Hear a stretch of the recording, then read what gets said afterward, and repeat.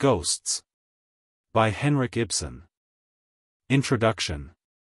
The winter of 1879-80 Ibsen spent in Munich, and the greater part of the summer of 1880 at Berchtesgaden. November 1880 saw him back in Rome, and he passed the summer of 1881 at Sorrento. There, 14 years earlier, he had written the last acts of Peer Gynt. There he now wrote, or at any rate completed, Gengangir. The surviving foreworks for this play are very scanty. Of the dialogue only 2 or 3 brief fragments remain. The longest is a sketch of the passage in which Oswald shocks Pastor Manders by his account of artist life in Paris. We possess, however, some scattered memoranda relating to the play, some of them written on the back of an envelope addressed to Madame Ibsen, 75 Via Capo Lucchese, Sit, that is to say, Rome. They run as follows. The piece will be like an image of life. Faith undermined. But it does not do to say so.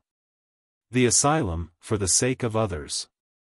They shall be happy, but this also is only an appearance, it is all ghosts. One main point. She has been believing and romantic, this is not wholly obliterated by the standpoint afterwards attained, it is all ghosts. It brings a nemesis on the offspring to marry for external reasons, even if they be religious or moral. She, the illegitimate child, may be saved by being married to the son, but then?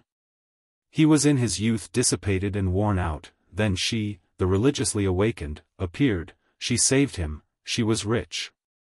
He had wanted to marry a girl who was thought unworthy. He had a son in his marriage, then he returned to the girl. A daughter. These women of today, ill-treated as daughters, as sisters, as wives, not educated according to their gifts, withheld from their vocation, deprived of their heritage. Embittered in mind, these it is who furnish the mothers of a new generation. What will be the consequence? The fundamental note shall be the richly flourishing spiritual life among us in literature, art, etc., and then, as a contrast, all humanity astray on wrong paths. The complete human being is no longer a natural product, but a product of art, as corn is, and fruit trees, and the Creole race, and the higher breeds of horses and dogs, the vine, etc. The fault lies in the fact that all humanity has miscarried. When man demands to live and develop humanly, it is megalomania. All humanity, and most of all the Christians, suffer from megalomania. Among us we place monuments over the dead, for we recognize duties towards them, we allow people only fit for the hospital, literally, lepers, to marry, but their offspring? The unborn? The 4th and 5th of these 6 sections seem to have as much bearing on other plays, for instance, An Enemy of the People, and The Lady from the Sea, as on ghosts. I should take them rather for general memoranda than for notes specially referring to this play. Gengangir was published in December 1881, after he had returned to Rome. On December 22 he wrote to Ludwig Passarge, one of his German translators, "My new play has now appeared, and has occasioned a terrible uproar in the Scandinavian press. Every day I receive letters and newspaper articles decrying or praising it. I consider it utterly impossible that any German theatre will accept the play at present. I hardly believe that they will dare to play it in the Scandinavian countries for some time to come." How rightly he judged we shall see anon. In the newspapers there was far more obloquy than praise. 2 men, however, stood by him from the first, Björnson, from whom he had been practically estranged ever since the League of Youth, and George Brandes. The latter published an article in which he declared, I quote from memory, that the play might or might not be Ibsen's greatest work, but that it was certainly his noblest deed. It was, doubtless, in acknowledgment of this article that Ibsen wrote to Brandes on January 3, 1882, "Yesterday I had the great pleasure of receiving your brilliantly clear and so warmly appreciative review of Ghosts. All who read your article must, it seems to me, have their eyes open to what I meant by my new book, assuming, that is, that they have any wish to see. For I cannot get rid of the impression that a very large number of the false interpretations which have appeared in the newspapers are the work of people who know better. In Norway, however, I am willing to believe that the stultification has in most cases been unintentional, and the reason is not far to seek. In that country a great many of the critics are theologians, more or less disguised, and these gentlemen are, as a rule, quite unable to write rationally about creative literature. That enfeeblement of judgment which, at least in the case of the average man, is an inevitable consequence of prolonged occupation with theological studies, betrays itself more especially in the judging of human character, human actions, and human motives. Practical business judgment, on the other hand, does not suffer so much from studies of this order. Therefore the reverend gentlemen are very often excellent members of local boards. But they are unquestionably our worst critics. This passage is interesting as showing clearly the point of view from which Ibsen conceived the character of Manders. In the next paragraph of the same letter he discusses the attitude of the so-called liberal press. But as the paragraph contains the germ of an enemy of the people, it may most fittingly be quoted in the introduction to that play. 3 days later, January 6, Ibsen wrote to Schandorf, the Danish novelist, "I was quite prepared for the hubbub. If certain of our Scandinavian reviewers have no talent for anything else, they have an unquestionable talent for thoroughly misunderstanding and misinterpreting those authors whose books they undertake to judge. They endeavor to make me responsible for the opinions which certain of the personages of my drama express. And yet there is not in the whole book a single opinion, a single utterance, which can be laid to the account of the author. I took good care to avoid this. The very method, the order of technique which imposes its form upon the play, forbids the author to appear in the speeches of his characters. My object was to make the reader feel that he was going through a piece of real experience. And nothing could more effectually prevent such an impression than the intrusion of the author's private opinions into the dialogue. Do they imagine at home that I am so inexpert in the theory of drama as not to know this? Of course I know it, and act accordingly. In no other play that I have written is the author so external to the action, so entirely absent from it, as in this last one. They say, he continued, that the book preaches nihilism. Not at all. It is not concerned to preach anything whatsoever. It merely points to the ferment of nihilism going on under the surface, at home as elsewhere. A Pastor Manders will always goad one or other Mrs. Alving to revolt. And just because she is a woman, she will, when once she has begun, go to the utmost extremes. Towards the end of January Ibsen wrote from Rome to Olaf Skavlan, "These last weeks have brought me a wealth of experiences, lessons, and discoveries. I, of course, foresaw that my new play would call forth a howl from the camp of the stagnationists, and for this I care no more than for the barking of a pack of chained dogs. But the pusillanimity which I have observed among the so-called liberals has given me cause for reflection." The very day after my play was published the Dagblad rushed out a hurriedly written article, evidently designed to purge itself of all suspicion of complicity in my work. This was entirely unnecessary. I myself am responsible for what I write, I and no one else. I cannot possibly embarrass any party, for to no party do I belong. I stand like a solitary franctireur at the outposts, and fight for my own hand. The only man in Norway who has stood up freely, frankly, and courageously for me is Björnson. It is just like him. He has in truth a great, kingly soul, and I shall never forget his action in this matter. One more quotation completes the history of these stirring January days, as written by Ibsen himself. It occurs in a letter to a Danish journalist, Otto Borchsenius. It may well be, the poet writes, that the play is in several respects rather daring. But it seemed to me that the time had come for moving some boundary posts. And this was an undertaking for which a man of the older generation, like myself, was better fitted than the many younger authors who might desire to do something of the kind. I was prepared for a storm, but such storms one must not shrink from encountering. That would be cowardice. It happened that, just in these days, the present writer had frequent opportunities of conversing with Ibsen, and of hearing from his own lips almost all the views expressed in the above extracts. He was especially emphatic, I remember, in protesting against the notion that the opinions expressed by Mrs. Alving or Oswald were to be attributed to himself. He insisted, on the contrary, that Mrs. Alving's views were merely typical of the moral chaos inevitably produced by reaction from the narrow conventionalism represented by Manders. With one consent, the leading theatres of the three Scandinavian capitals declined to have anything to do with the play. It was more than 18 months old before it found its way to the stage at all. In August 1883 it was acted for the first time at Helsingborg, Sweden, by a travelling company under the direction of an eminent Swedish actor, August Lindberg, who himself played Oswald. He took it on tour round the principal cities of Scandinavia, playing it, among the rest, at a minor theatre in Christiania. It happened that the boards of the Christiania Theatre were at the same time occupied by a French farce.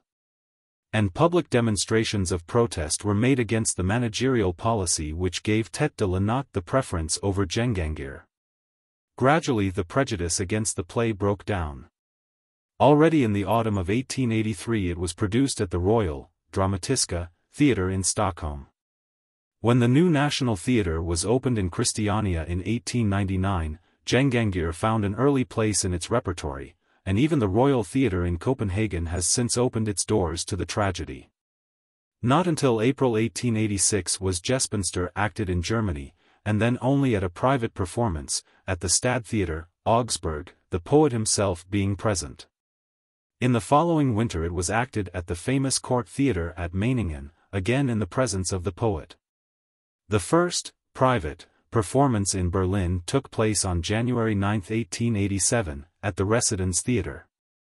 And when the Freie Bühne, founded on the model of the Paris Théâtre Libre, began its operations 2 years later, September 29, 1889, Gespenster was the first play that it produced. The Freie Bühne gave the initial impulse to the whole modern movement which has given Germany a new dramatic literature. And the leaders of the movement, whether authors or critics, were one and all ardent disciples of Ibsen, who regarded Gespenster as his typical masterpiece. In Germany, then, the play certainly did, in Ibsen's own words, move some boundary posts. The Prussian censorship presently withdrew its veto, and on November 27, 1894, the two leading literary theatres of Berlin, the Deutsches Theater and the Lessing Theater, gave simultaneous performances of the tragedy. Everywhere in Germany and Austria it is now freely performed, but it is naturally one of the least popular of Ibsen's plays. It was with less reverence that Ibsen made his first appearance on the French stage. The play was produced by the Théâtre Libre, at the Théâtre des Menus Plaisirs, on May 29, 1890. Here, again, it became the watchword of the new school of authors and critics, and aroused a good deal of opposition among the old school. But the most hostile French criticisms were moderation itself compared with the torrents of abuse which were poured upon Ghosts by the journalists of London when, on March 13, 1891, the Independent Theatre, under the direction of Mr. J. T. Grain, gave a private performance of the play at the Royalty Theatre, Soho. I have elsewhere placed upon record some of the amazing feats of vituperation achieved of the critics, and will not here recall them. One, it is sufficient to say that if the play had been a tenth part as nauseous as the epithets hurled at it and its author, the censor's veto would have been amply justified. That veto is still, 1906, in force. England enjoys the proud distinction of being the one country in the world where Ghosts may not be publicly acted.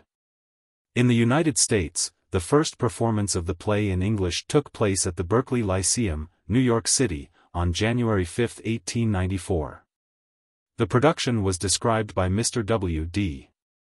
Howells as a great theatrical event, the very greatest I have ever known. Other leading men of letters were equally impressed by it. 5 years later, a second production took place at the Carnegie Lyceum, and an adventurous manager has even taken the play on tour in the United States. The Italian version of the tragedy, Gli Spettri, has ever since 1892 taken a prominent place in the repertory of the great actors Zaccone and Novelli, who have acted it, not only throughout Italy, but in Austria, Germany, Russia, Spain, and South America. In an interview, published immediately after Ibsen's death, Bjornstjerne Bjornson, questioned as to what he held to be his brother poet's greatest work, replied, without a moment's hesitation, Gengangir. This dictum can scarcely, I think, be accepted without some qualification. Even confining our attention to the modern plays, and leaving out of comparison The Pretenders, Brand, and Peer Gynt, we can scarcely call Ghosts Ibsen's richest or most human play. And certainly not his profoundest or most poetical. If some omnipotent censorship decreed the annihilation of all his works save one, few people, I imagine, would vote that that one should be Ghosts. Even if half a dozen works were to be saved from the wreck, I doubt whether I, for my part, would include Ghosts in the list. It is, in my judgment, a little bare, hard, austere. It is the first work in which Ibsen applies his new technical method, evolved, as I have suggested, during the composition of A Doll's House, and he applies it with something of fanaticism. He is under the sway of a prosaic ideal, confessed in the phrase. My object was to make the reader feel that he was going through a piece of real experience, and he is putting some constraint upon the poet within him. The action moves a little stiffly, and all in one rhythm. It lacks variety and suppleness. Moreover, the play affords some slight excuse for the criticism which persists in regarding Ibsen as a preacher rather than as a creator, an author who cares more for ideas and doctrines than for human beings. Though Mrs. Alving, Engstrand and Regina are rounded and breathing characters, it cannot be denied that Manders strikes one as a clerical type rather than an individual. While even Oswald might not quite unfairly be described as simply and solely his father's son, an object lesson in heredity. We cannot be said to know him, individually and intimately, as we know Helmer or Stockman, Hjalmar Ekdal or Gregers Worrell. Then, again, there are one or two curious flaws in the play. The question whether Oswald's case is one which actually presents itself in the medical books seems to me a very trifling moment. It is typically true, even if it be not true in detail. The suddenness of the catastrophe may possibly be exaggerated, its premonitions and even its essential nature may be misdescribed. On the other hand, I conceive it probable that the poet had documents to found upon, which may be unknown to his critics. I have never taken any pains to satisfy myself upon the point, which seems to me quite immaterial. There is not the slightest doubt that the life history of a Captain Alving may, and often does, entail upon posterity consequences quite as tragic as those which ensue in Oswald's case. And far more wide-spreading. That being so, the artistic justification of the poet's presentment of the case is certainly not dependent on its absolute scientific accuracy. The flaws above alluded to are of another nature. One of them is the prominence given to the fact that the asylum is uninsured. No doubt there is some symbolical purport in the circumstance. But I cannot think that it is either sufficiently clear or sufficiently important to justify the emphasis thrown upon it at the end of the second act. Another dubious point is Oswald's argument in the first act as to the expensiveness of marriage as compared with free union. Since the parties to free union, as he describes it, accept all the responsibilities of marriage, and only pretermit the ceremony, the difference of expense, one would suppose, must be neither more nor less than the actual marriage fee. I have never seen this remark of Oswald's adequately explained, either as a matter of economic fact, or as a trait of character. Another blemish, of somewhat greater moment, is the inconceivable facility with which, in the third act, Manders suffers himself to be victimized by Engstrand. All these little things, taken together, detract, as it seems to me, from the artistic completeness of the play, and impair its claim to rank as the poet's masterpiece. Even in prose drama, his greatest and most consummate achievements were yet to come. Must we, then, wholly dissent from Bjornson's judgment? I think not. In a historical, if not in an aesthetic, sense, Ghosts may well rank as Ibsen's greatest work. It was the play which first gave the full measure of his technical and spiritual originality and daring. It has done far more than any other of his plays to move boundary posts. It has advanced the frontiers of dramatic art and implanted new ideals, both technical and intellectual, in the minds of a whole generation of playwrights. It ranks with Hernani and La Dame aux Camélias among the epoch-making plays of the 19th century, while in point of essential originality it towers above them. We cannot, I think, get nearer to the truth than George Brandes did in the above-quoted phrase from his first notice of the play, describing it as not, perhaps, the poet's greatest work, but certainly his noblest deed. In another essay, Brandes has pointed to it, with equal justice, as marking Ibsen's final breach with his early, one might almost say his hereditary romanticism. He here becomes, at last, the most modern of the moderns. This, I am convinced, says the Danish critic, is his imperishable glory, and will give lasting life to his works. William Archer. How do you find this book? Any thoughts about the book or the author? Any suggestion for improvement? Please take a moment to share your thoughts in a comment. If you like it, share it with your friends who might enjoy it as well.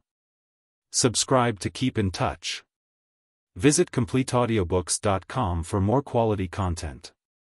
Dramatis Personae. Mrs. Helen Alving, widow of Captain Alving, late Chamberlain to the King. Oswald Alving, her son, a painter. Pastor Manders. Jacob Engstrand, a carpenter. Regine Engstrand, Mrs. Alving's maid. The action takes place at Mrs. Alving's country house, beside one of the large fjords in western Norway. Ghosts, a family drama in 3 acts. Act. Chapter 1. A spacious garden room, with 1 door to the left, and 2 doors to the right. In the middle of the room a round table, with chairs about it. On the table lie books, periodicals, and newspapers. In the foreground to the left a window, and by it a small sofa, with a work-table in front of it. In the background, the room is continued into a somewhat narrower conservatory, the walls of which are formed by large panes of glass. In the right-hand wall of the conservatory is a door leading down into the garden. Through the glass wall a gloomy fjord landscape is faintly visible, veiled by steady rain. Engstrand, the carpenter, stands by the garden door. His left leg is somewhat bent, he has a clump of wood under the sole of his boot. Regina, with an empty garden syringe in her hand, hinders him from advancing. Regina. In a low voice. What do you want? Stop where you are. You're positively dripping. Engstrand. It's the Lord's own rain, my girl. Regina. It's the devil's rain, I say. Engstrand. Lord, how you talk, Regina. Limps a step or 2 forward into the room. It's just this as I wanted to say. Regina. Don't clatter so with that foot of yours, I tell you. The young master's asleep upstairs. Engstrand. Asleep? In the middle of the day? Regina. It's no business of yours. Engstrand. I was out on the loose last night. Regina. I can quite believe that. Engstrand. Yes, we're weak vessels, we poor mortals, my girl. Regina. So it seems. Engstrand. And temptations are manifold in this world, you see. But all the same, I was hard at work, God knows, at 5:30 this morning. Regina. Very well, only be off now. I won't stop here and have rendezvous s3 with you. Engstrand. What do you say you won't have? Regina. I won't have anyone find you here, so just you go about your business. Engstrand. Advances a step or 2. Blessed if I go before I've had a talk with you. This afternoon I shall have finished my work at the schoolhouse, and then I shall take tonight's boat and be off home to the town. Regina. Mutters. Pleasant journey to you. Engstrand. Thank you, my child. Tomorrow the orphanage is to be opened, and then there'll be fine doings, no doubt, and plenty of intoxicating drink going, you know. And nobody shall say of Jacob Engstrand that he can't keep out of temptation's way. Regina. Oh. Engstrand. You see, there's to be heaps of grand folks here tomorrow. Pastor Manders is expected from town, too.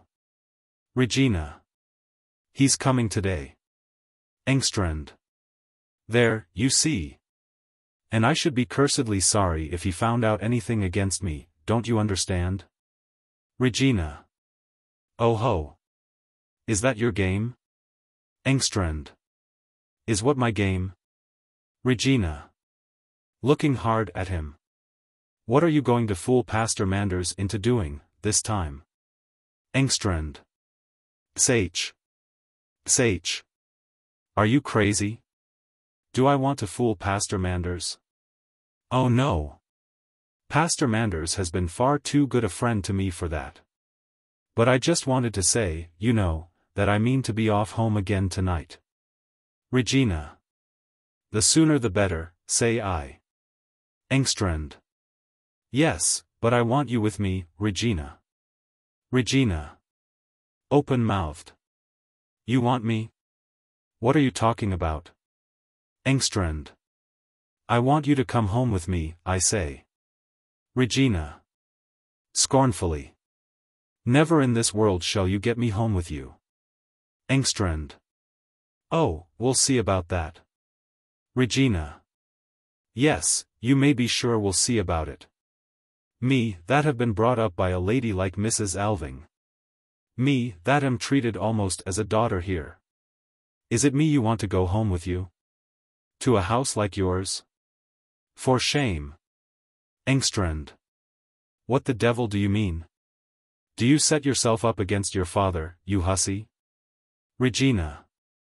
Mutters without looking at him. You've said often enough I was no concern of yours. Engstrand. Pooh. Why should you bother about that? Regina. Haven't you many a time sworn at me and called me a fi donk? Engstrand. Curse me, now, if ever I used such an ugly word. Regina. Oh, I remember very well what word you used. Engstrand. Well, but that was only when I was a bit on, don't you know? Temptations are manifold in this world, Regina. Regina. Ugh. Engstrand.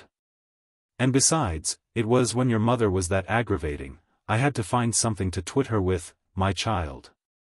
She was always setting up for a fine lady. Mimics. Let me go, Engstrand, let me be. Remember I was 3 years in Chamberlain Alving's family at Rosenvold. Laughs. Mercy on us. She could never forget that the captain was made a chamberlain while she was in service here. Regina. Poor mother. You very soon tormented her into her grave. Engstrand. With a twist of his shoulders. Oh, of course. I'm to have the blame for everything. Regina. Turns away, half aloud. Ugh. And that leg too. Engstrand. What do you say, my child? Regina. Pied de mouton. Engstrand. Is that English, eh? Regina. Yes. Engstrand. Aye, you've picked up some learning out here. And that may come in useful now, Regina. Regina. After a short silence. What do you want with me in town? Engstrand. Can you ask what a father wants with his only child? An't I a lonely, forlorn widower? Regina. Oh, don't try on any nonsense like that with me. Why do you want me? Engstrand. Well, let me tell you, I've been thinking of setting up in a new line of business. Regina. Contemptuously. You've tried that often enough, and much good you've done with it. Engstrand. Yes, but this time you shall see, Regina. Devil take me. Regina. Stamps. Stop your swearing. Engstrand. Hush, hush, you're right enough there, my girl. What I wanted to say was just this: I've laid by a very tidy pile from this orphanage job. Regina. Have you? That's a good thing for you. Engstrand. What can a man spend his halfpence on here in this country hole? Regina. Well, what then? Engstrand. Why, you see, I thought of putting the money into some paying speculation. I thought of a sort of a sailor's tavern. Regina. Pa. Engstrand. A regular high-class affair, of course, not any sort of pigsty for common sailors. No. Damn it. It would be for captains and mates, and regular swells, you know. Regina. And I was to. Engstrand. You were to help, to be sure. Only for the look of the thing, you understand. Devil a bit of hard work shall you have, my girl. You shall do exactly what you like. Regina. Oh, indeed. Engstrand. But there must be a petticoat in the house, that's as clear as daylight. For I want to have it a bit lively like in the evenings, with singing and dancing, and so on. You must remember they're weary wanderers on the ocean of life. Nearer. Now don't be a fool and stand in your own light, Regina. What's to become of you out here? Your mistress has given you a lot of learning, but what good is that to you? You're to look after the children at the new orphanage, I hear. Is that the sort of thing for you, eh? Are you so dead set on wearing your life out for a pack of dirty brats? Regina. No. If things go as I want them to, well, there's no saying. Engstrand. What do you mean by, there's no saying? Regina. Never you mind, how much money have you saved? Engstrand. What with one thing and another, a matter of 700 or 800 crowns. A krone is equal to 1 shilling and 3 halfpence. Regina. That's not so bad. Engstrand. It's enough to make a start with, my girl. Regina. Aren't you thinking of giving me any? Engstrand. No, I'm blessed if I am. Regina. Not even of sending me a scrap of stuff for a new dress? Engstrand. Come to town with me, my lass, and you'll soon get dresses enough. Regina. Pooh. I can do that on my own account, if I want to. Engstrand. No, a father's guiding hand is what you want, Regina. Now, I've got my eye on a capital house in Little Harbor Street. They don't want much ready money, and it could be a sort of a sailor's home, you know. Regina. But I will not live with you.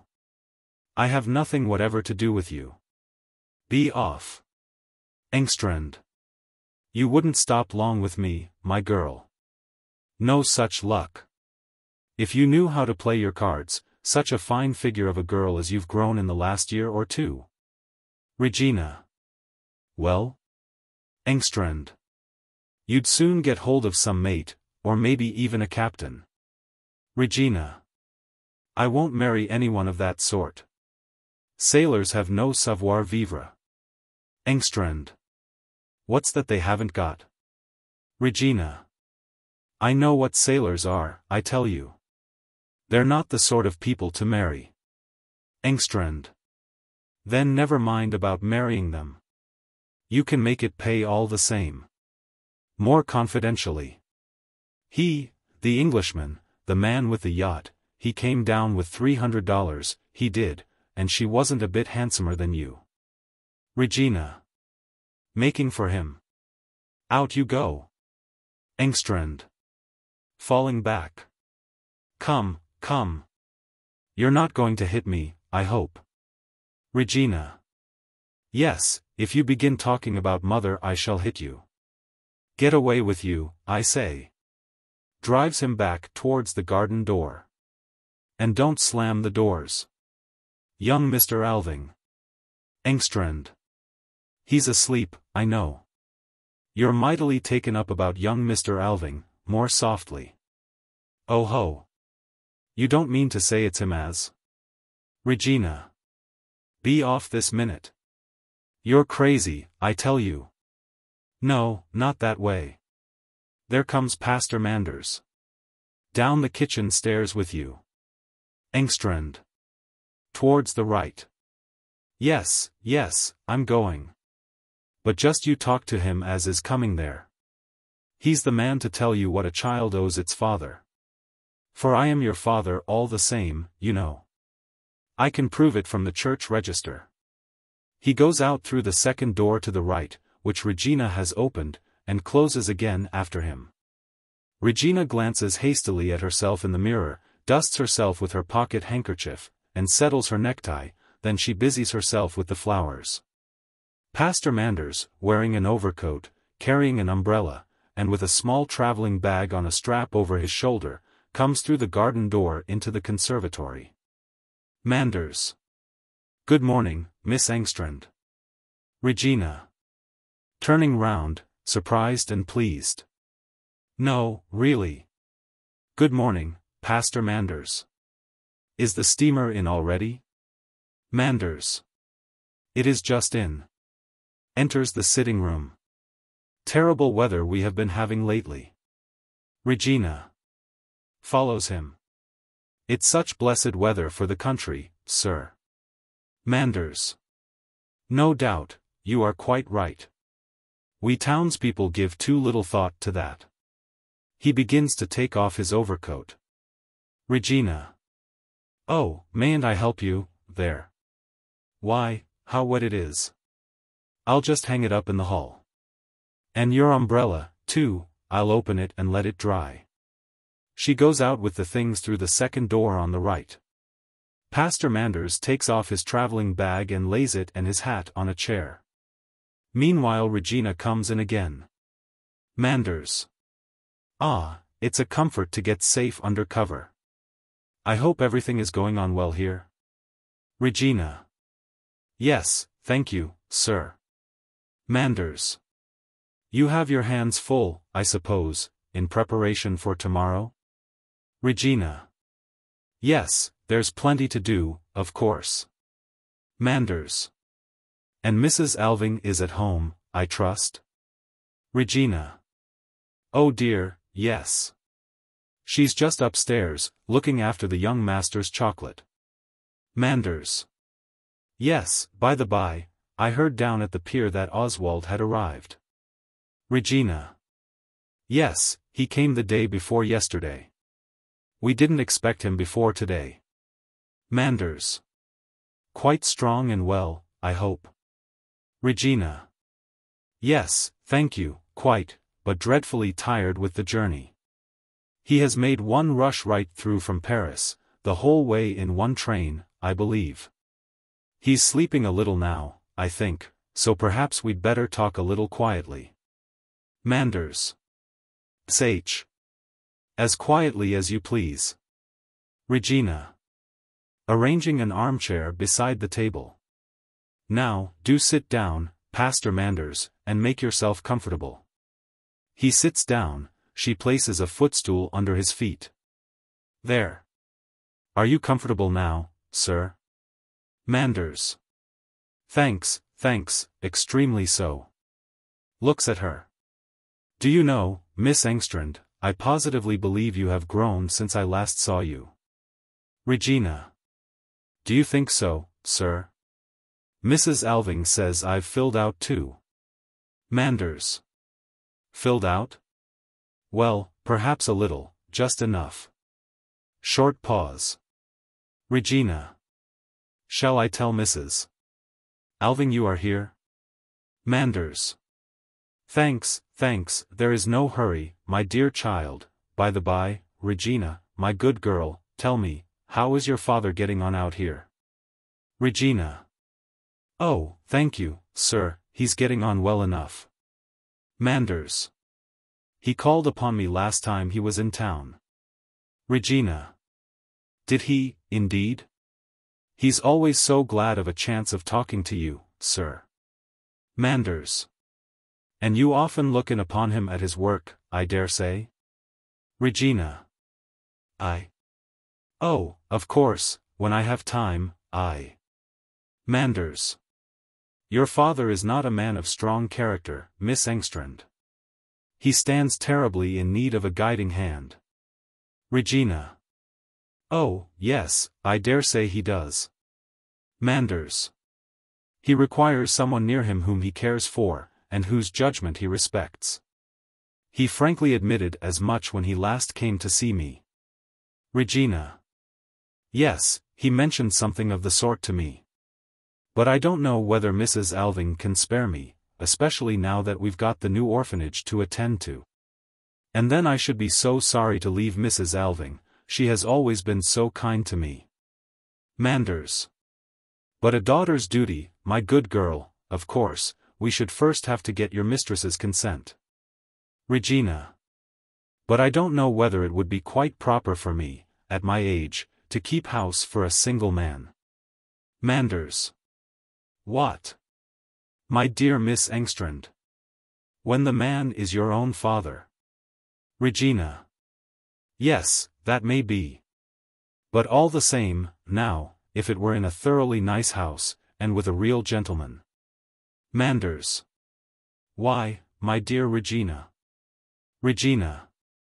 One I could love and respect. And be a daughter to. Manders. Yes, but my dear, good child. Regina. Then I should be glad to go to town. It's very lonely out here, you know yourself, sir, what it is to be alone in the world. And I can assure you I'm both quick and willing. Don't you know of any such place for me, sir? Manders. No, certainly not. Regina. But, dear sir, do remember me if. Manders. Rising. Yes, certainly, Miss Engstrand. Regina. For if I. Manders.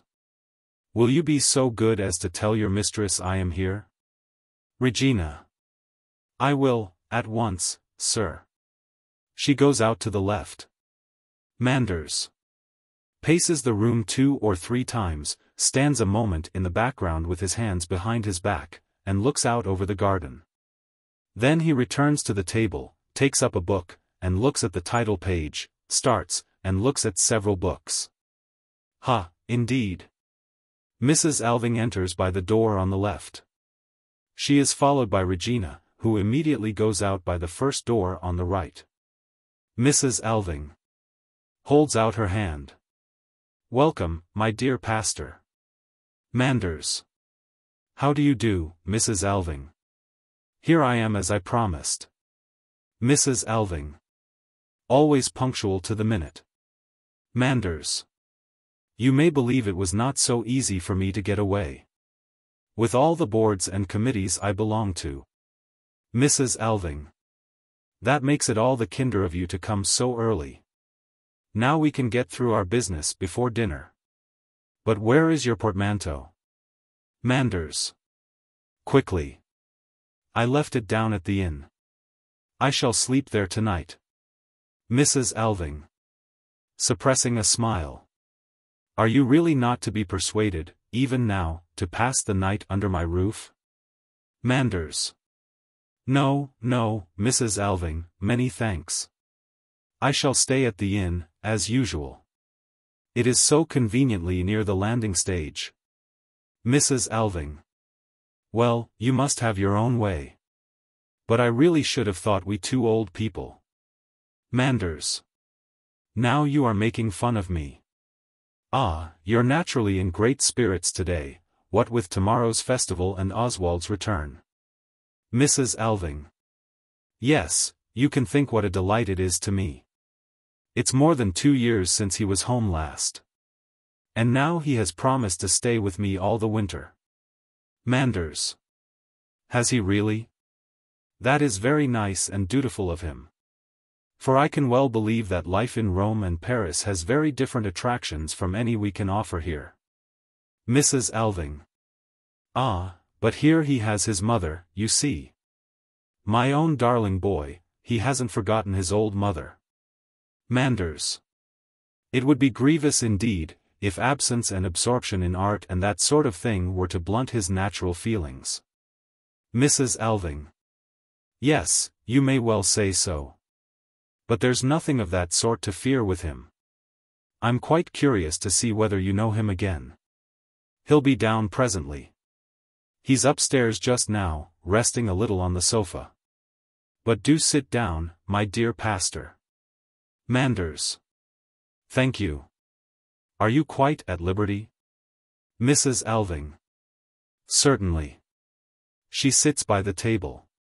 Manders. Very well.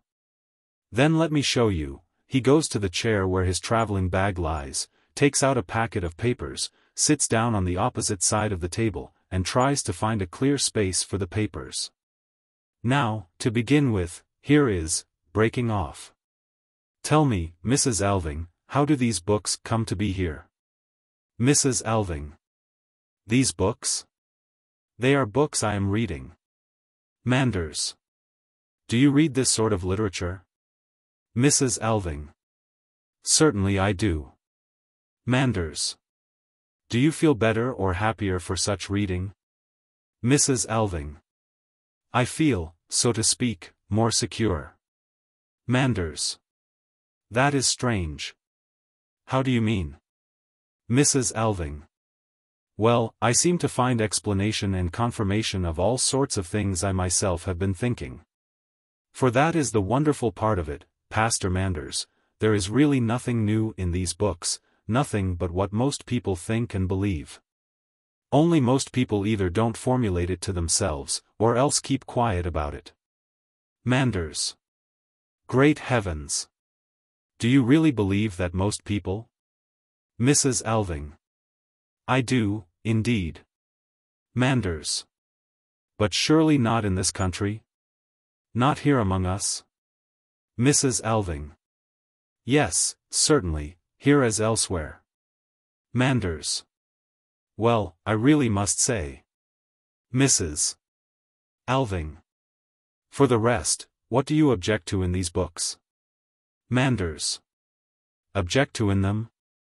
You surely do not suppose that I have nothing better to do than to study such publications as these? Mrs. Alving. That is to say, you know nothing of what you are condemning? Manders. I have read enough about these writings to disapprove of them. Mrs. Alving. Yes. But your own judgment. Manders.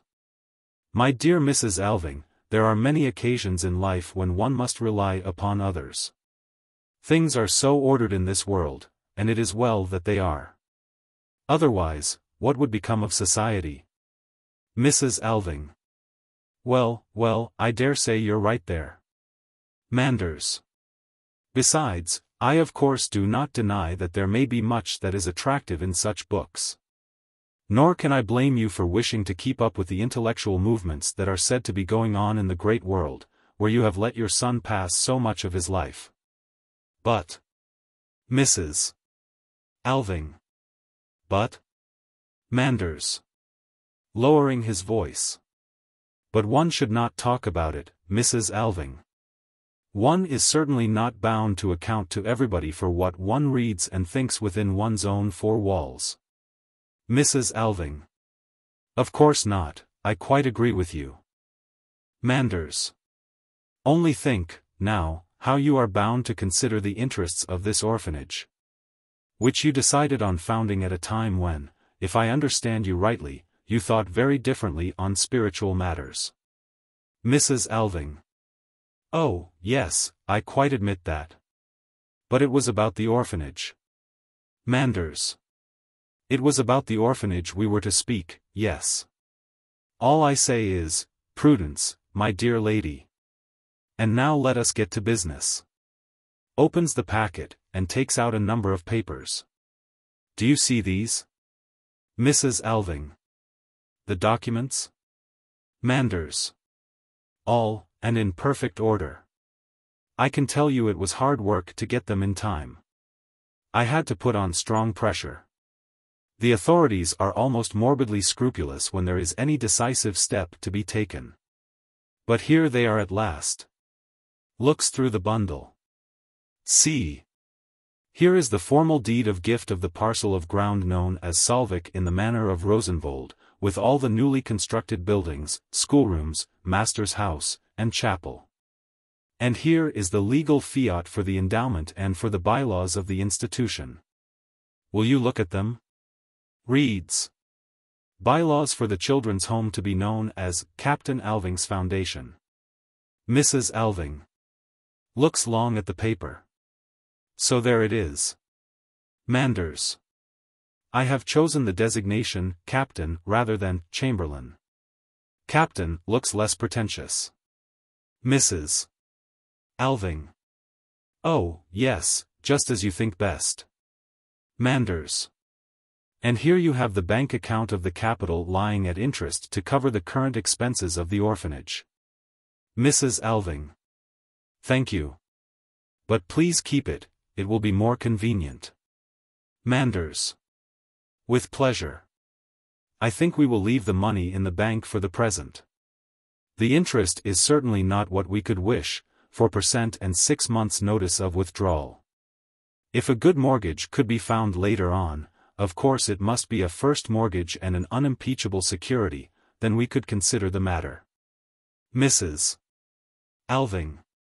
Certainly, my dear Pastor Manders. You are the best judge in these things. Manders. I will keep my eyes open at any rate. But now there is one thing more which I have several times been intending to ask you. Mrs. Alving. And what is that? Manders. Shall the orphanage buildings be insured or not? Mrs. Alving. Of course they must be insured. Manders. Well, wait a moment, Mrs. Alving. Let us look into the matter a little more closely. Mrs. Alving. I have everything insured. Buildings and movables and stock and crops. Manders. Of course you have, on your own estate. And so have I, of course. But here, you see, it is quite another matter. The orphanage is to be consecrated, as it were, to a higher purpose. Mrs. Alving. Yes, but that's no reason. Manders. For my own part, I should certainly not see the smallest impropriety in guarding against all contingencies. Mrs. Alving. No, I should think not. Manders. But what is the general feeling in the neighborhood? You, of course, know better than I. Mrs. Alving. Well, the general feeling. Manders. Is there any considerable number of people, really responsible people, who might be scandalized? Mrs. Alving. What do you mean by really responsible people? Manders. Well, I mean people in such independent and influential positions that one cannot help attaching some weight to their opinions. Mrs. Alving. There are several people of that sort here, who would very likely be shocked if. Manders. There, you see. In town we have many such people. Think of all my colleagues' adherents. People would be only too ready to interpret our action as a sign that neither you nor I had the right faith in a higher providence. Mrs. Alving.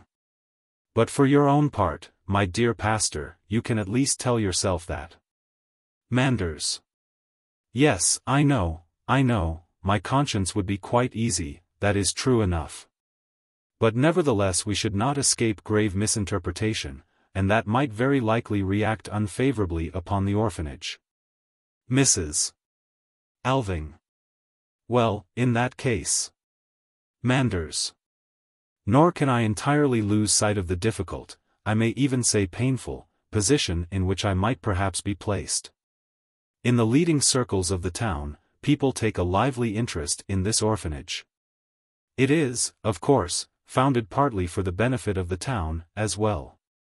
And it is to be hoped it will, to a considerable extent, result in lightening our poor rates. Now, as I have been your adviser, and have had the business arrangements in my hands, I cannot but fear that I may have to bear the brunt of fanaticism. Mrs. Alving. Oh, you mustn't run the risk of that. Manders. To say nothing of the attacks that would assuredly be made upon me in certain papers and periodicals, which... Mrs. Alving. Enough, my dear Pastor Manders. That consideration is quite decisive. Manders. Then you do not wish the orphanage to be insured? Mrs. Alving. No. We will let it alone. Manders. Leaning back in his chair. But if, now, a disaster were to happen? One can never tell. Should you be able to make good the damage? Mrs. Alving. No. I tell you plainly I should do nothing of the kind. Manders. Then I must tell you, Mrs. Alving, we are taking no small responsibility upon ourselves. Mrs. Alving. Do you think we can do otherwise? Manders. No, that is just the point, we really cannot do otherwise. We ought not to expose ourselves to misinterpretation. And we have no right whatever to give offense to the weaker brethren. Mrs. Alving. You, as a clergyman, certainly should not. Manders. I really think, too, we may trust that such an institution has fortune on its side, in fact, that it stands under a special providence. Mrs. Alving.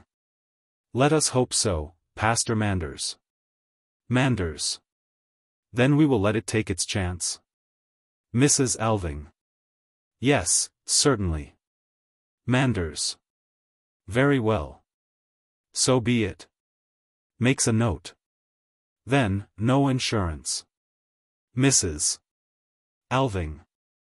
It's odd that you should just happen to mention the matter today. Manders. I have often thought of asking you about it. Mrs. Alving. For we very nearly had a fire down there yesterday. Manders. You don't say so. Mrs. Alving. Oh, it was a trifling matter. A heap of shavings had caught fire in the carpenter's workshop. Manders. Where Engstrand works? Mrs. Alving. Yes. They say he's often very careless with matches. Manders. He has so much on his mind, that man, so many things to fight against. Thank God, he is now striving to lead a decent life, I hear. Mrs. Alving. Indeed. Who says so? Manders. He himself assures me of it. And he is certainly a capital workman. Mrs. Alving. Oh, yes, so long as he's sober. Manders. Ah, that melancholy weakness. But, he is often driven to it by his injured leg, he says. Last time he was in town I was really touched by him.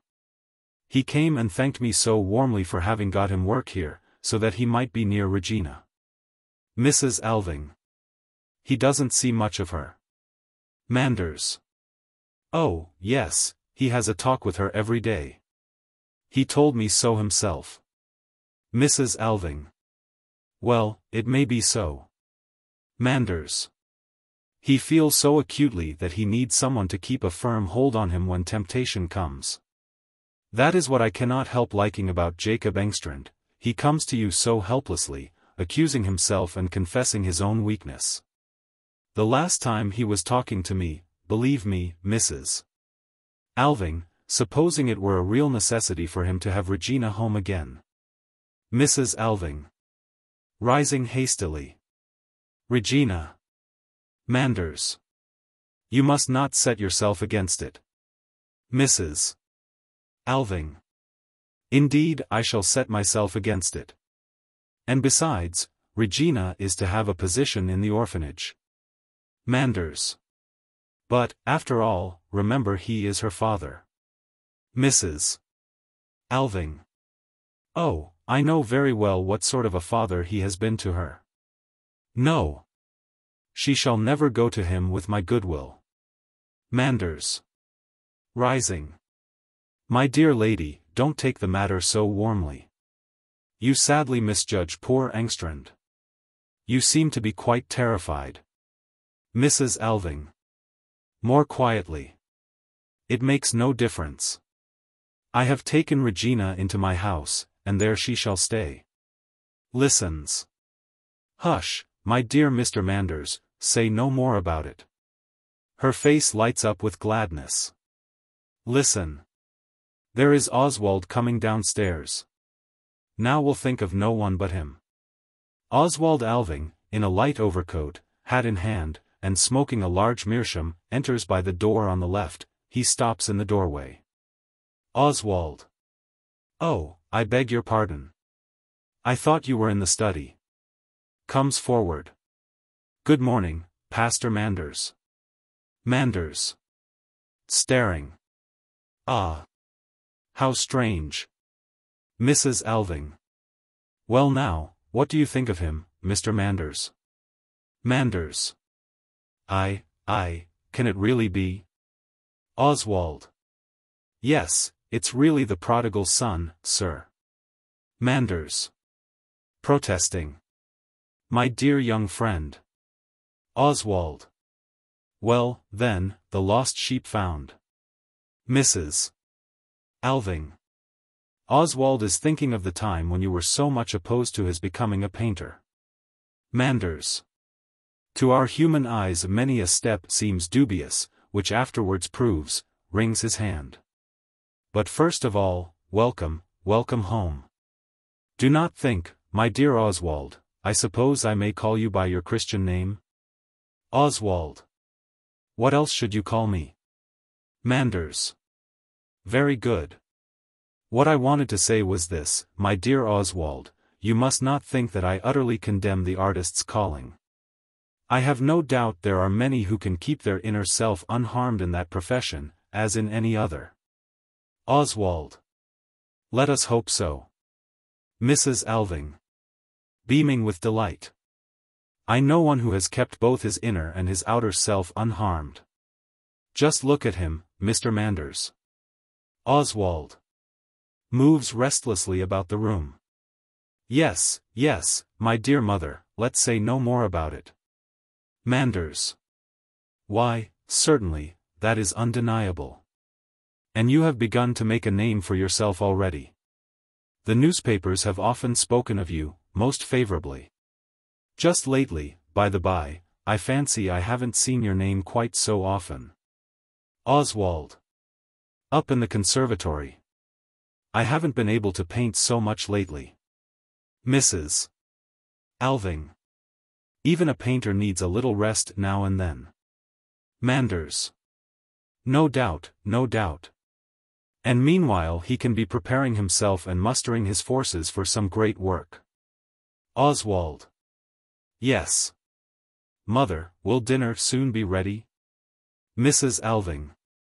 In less than half an hour. He has a capital appetite, thank God. Manders. And a taste for tobacco, too. Oswald.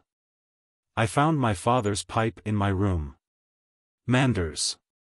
Aha, then that accounts for it. Mrs. Alving. For what? Manders. When Oswald appeared there, in the doorway, with the pipe in his mouth, I could have sworn I saw his father, large as life. Oswald. No, really? Mrs. Alving. Oh, how can you say so? Oswald takes after me. Manders. Yes, but there is an expression about the corners of the mouth, something about the lips, that reminds one exactly of Alving, at any rate, now that he is smoking. Mrs. Alving. Not in the least. Oswald has rather a clerical curve about his mouth, I think. Manders. Yes, some of my colleagues have much the same expression. Mrs. Alving. But put your pipe away, my dear boy, I won't have smoking in here. Oswald. Does so. By all means. I only wanted to try it, for I once smoked it when I was a child. Mrs. Alving. You? Oswald. Yes.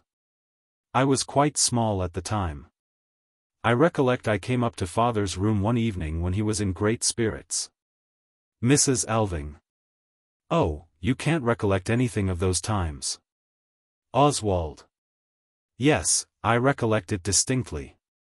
He took me on his knee, and gave me the pipe. Smoke, boy, he said, smoke away, boy. And I smoked as hard as I could, until I felt I was growing quite pale, and the perspiration stood in great drops on my forehead. Then he burst out laughing heartily. Manders. That was most extraordinary. Mrs. Alving. My dear friend, it's only something Oswald has dreamt. Oswald. No, mother, I assure you I didn't dream it. For, don't you remember this, you came and carried me out into the nursery. Then I was sick, and I saw that you were crying. Did father often play such practical jokes? Manders. In his youth he overflowed with the joy of life. Oswald. And yet he managed to do so much in the world. So much that was good and useful, although he died so early. Manders. Yes, you have inherited the name of an energetic and admirable man, my dear Oswald Alving. No doubt it will be an incentive to you. Oswald. It ought to, indeed. Manders. It was good of you to come home for the ceremony in his honor. Oswald. I could do no less for my father. Mrs. Alving. And I am to keep him so long. That is the best of all. Manders. You are going to pass the winter at home, I hear. Oswald. My stay is indefinite, sir. But, it is good to be at home. Mrs. Alving. Beaming. Yes, isn't it, dear? Manders. Looking sympathetically at him. You went out into the world early, my dear Oswald. Oswald. I did. I sometimes wonder whether it wasn't too early. Mrs. Alving. Oh, not at all. A healthy lad is all the better for it. Especially when he's an only child. He oughtn't to hang on at home with his mother and father, and get spoilt. Manders. That is a very disputable point, Mrs. Alving. A child's proper place is, and must be, the home of his fathers. Oswald. There I quite agree with you, Pastor Manders. Manders. Only look at your own son, there is no reason why we should not say it in his presence. What has the consequence been for him? He is 6 or 7 and 20, and has never had the opportunity of learning what a well-ordered home really is. Oswald. I beg your pardon, Pastor, there you're quite mistaken. Manders. Indeed? I thought you had lived almost exclusively in artistic circles. Oswald. So I have. Manders. And chiefly among the younger artists? Oswald. Yes, certainly. Manders. But I thought few of those young fellows could afford to set up house and support a family. Oswald. There are many who cannot afford to marry, sir. Manders. Yes, that is just what I say. Oswald. But they may have a home for all that. And several of them have, as a matter of fact, and very pleasant, well-ordered homes they are, too. Mrs. Alving follows with breathless interest, nods, but says nothing. Manders. But I'm not talking of bachelor's quarters. By a home I understand the home of a family, where a man lives with his wife and children. Oswald. Yes, or with his children and his children's mother. Manders. Starts, clasps his hands. But, good heavens. Oswald. Well? Manders. Lives with, his children's mother. Oswald. Yes. Would you have him turn his children's mother out of doors? Manders. Then it is illicit relations you are talking of. Irregular marriages, as people call them. Oswald. I have never noticed anything particularly irregular about the life these people lead. Manders. But how is it possible that a young man or young woman with any decency of feeling can endure to live in that way, in the eyes of all the world? Oswald. What are they to do? A poor young artist, a poor girl, marriage costs a great deal. What are they to do? Manders. What are they to do? Let me tell you, Mr. Alving, what they ought to do. They ought to exercise self-restraint from the first, that is what they ought to do. Oswald. That doctrine will scarcely go down with warm-blooded young people who love each other. Mrs. Alving. No, scarcely. Manders. Continuing. How can the authorities tolerate such things? Allow them to go on in the light of day. Confronting Mrs. Alving. Had I not cause to be deeply concerned about your son? In circles where open immorality prevails, and has even a sort of recognized position. Oswald. Let me tell you, sir, that I have been in the habit of spending nearly all my Sundays in one or two such irregular homes. Manders. Sunday of all days. Oswald. Isn't that the day to enjoy oneself? Well, never have I heard an offensive word, and still less have I witnessed anything that could be called immoral. No. Do you know when and where I have come across immorality in artistic circles? Manders. No, thank heaven, I don't. Oswald. Well, then, allow me to inform you. I have met with it when one or other of our pattern husbands and fathers has come to Paris to have a look round on his own account. And has done the artists the honor of visiting their humble haunts. They knew what was what. These gentlemen could tell us all about places and things we had never dreamt of. Manders. What? Do you mean to say that respectable men from home here would? Oswald. Have you never heard these respectable men, when they got home again, talking about the way in which immorality runs rampant abroad? Manders. Yes, no doubt. Mrs. Alving. I have too. Oswald. Well, you may take their word for it. They know what they are talking about. Presses his hands to his head. Oh. That great, free, glorious life out there should be defiled in such a way. Mrs. Alving. You mustn't get excited, Oswald. It's not good for you. Oswald. Yes, you're quite right, mother. It's bad for me, I know. You see, I'm wretchedly worn out. I shall go for a little turn before dinner. Excuse me, Pastor, I know you can't take my point of view, but I couldn't help speaking out. He goes out by the second door to the right. Mrs. Alving. My poor boy. Manders.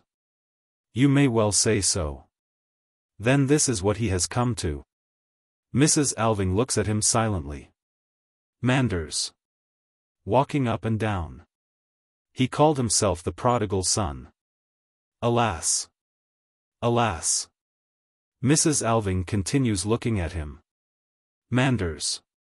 And what do you say to all this? Mrs. Alving. I say that Oswald was right in every word. Manders. Stand still. Right? Right. In such principles? Mrs. Alving. Here, in my loneliness, I have come to the same way of thinking, Pastor Manders. But I have never dared to say anything. Well. Now my boy shall speak for me. Manders. You are greatly to be pitied, Mrs. Alving. But now I must speak seriously to you. And now it is no longer your business manager and adviser, your own and your husband's early friend, who stands before you. It is the priest who stood before you in the moment of your life when you had gone farthest astray. Mrs. Alving. And what has the priest to say to me? Manders. I will first stir up your memory a little. The moment is well chosen. Tomorrow will be the 10th anniversary of your husband's death. Tomorrow the memorial in his honor will be unveiled. Tomorrow I shall have to speak to the whole assembled multitude. But today I will speak to you alone. Mrs. Alving. Very well, Pastor Manders. Speak. Manders. Do you remember that after less than a year of married life you stood on the verge of an abyss? That you forsook your house and home? That you fled from your husband? Yes, Mrs. Alving, fled, and refused to return to him, however much he begged and prayed you? Mrs. Alving. Have you forgotten how infinitely miserable I was in that first year? Manders. It is the very mark of the spirit of rebellion to crave for happiness in this life. What right have we human beings to happiness? We have simply to do our duty, Mrs. Alving. And your duty was to hold firmly to the man you had once chosen, and to whom you were bound by the holiest ties. Mrs. Alving. You know very well what sort of life Alving was leading, what excesses he was guilty of. Manders. I know very well what rumors there were about him. And I am the last to approve the life he led in his young days, if report did not wrong him. But a wife is not appointed to be her husband's judge. It was your duty to bear with humility the cross which a higher power had, in its wisdom, laid upon you. But instead of that you rebelliously throw away the cross, desert the backslider whom you should have supported, go and risk your good name and reputation. And nearly succeed in ruining other people's reputation into the bargain. Mrs. Alving. Other people's? One other person's, you mean? Manders. It was incredibly reckless of you to seek refuge with me. Mrs. Alving. With our clergyman? With our intimate friend? Manders. Just on that account. Yes, you may thank God that I possessed the necessary firmness, that I succeeded in dissuading you from your wild designs. And that it was vouchsafed me to lead you back to the path of duty, and home to your lawful husband. Mrs. Alving. Yes, Pastor Manders, that was certainly your work. Manders. I was but a poor instrument in a higher hand. And what a blessing has it not proved to you, all the days of your life, that I induced you to resume the yoke of duty and obedience. Did not everything happen as I foretold? Did not Alving turn his back on his errors, as a man should? Did he not live with you from that time, lovingly and blamelessly, all his days? Did he not become a benefactor to the whole district? And did he not help you to rise to his own level, so that you, little by little, became his assistant in all his undertakings? And a capital assistant, too. Oh, I know, Mrs. Alving, that praise is due to you, but now I come to the next great error in your life. Mrs. Alving. What do you mean? Manders. Just as you once disowned a wife's duty, so you have since disowned a mother's. Mrs. Alving. Ah. Manders. You have been all your life under the dominion of a pestilent spirit of self-will. The whole bias of your mind has been towards insubordination and lawlessness. You have never known how to endure any bond. Everything that has weighed upon you in life you have cast away without care or conscience, like a burden you were free to throw off at will. It did not please you to be a wife any longer, and you left your husband. You found it troublesome to be a mother, and you sent your child forth among strangers. Mrs. Alving. Yes, that is true. I did so. Manders. And thus you have become a stranger to him. Mrs. Alving. No. No. I am not. Manders. Yes, you are, you must be. And in what state of mind has he returned to you? Bethink yourself well, Mrs. Alving. You sinned greatly against your husband, that you recognize by raising yonder memorial to him. Recognize now, also, how you have sinned against your son, there may yet be time to lead him back from the paths of error. Turn back yourself, and save what may yet be saved in him. For with uplifted forefinger verily, Mrs. Alving, you are a guilt-laden mother. This I have thought it my duty to say to you. Silence. Mrs. Alving. Slowly and with self-control. You have now spoken out, Pastor Manders, and tomorrow you are to speak publicly in memory of my husband. I shall not speak tomorrow. But now I will speak frankly to you, as you have spoken to me. Manders. To be sure, you will plead excuses for your conduct. Mrs. Alving. No. I will only tell you a story. Manders. Well? Mrs. Alving. All that you have just said about my husband and me. And our life after you had brought me back to the path of duty, as you called it, about all that you know nothing from personal observation. From that moment you, who had been our intimate friend, never set foot in our house again. Manders. You and your husband left the town immediately after. Mrs. Alving. Yes. And in my husband's lifetime you never came to see us. It was business that forced you to visit me when you undertook the affairs of the orphanage. Manders. Softly and hesitatingly. Helen, if that is meant as a reproach, would beg you to bear in mind. Mrs. Alving. The regard you owed to your position, yes, and that I was a runaway wife. One can never be too cautious with such unprincipled creatures. Manders. My dear, Mrs. Alving, you know that is an absurd exaggeration. Mrs. Alving. Well, well, suppose it is. My point is that your judgment as to my married life is founded upon nothing but common knowledge and report. Manders. I admit that. What then? Mrs. Alving.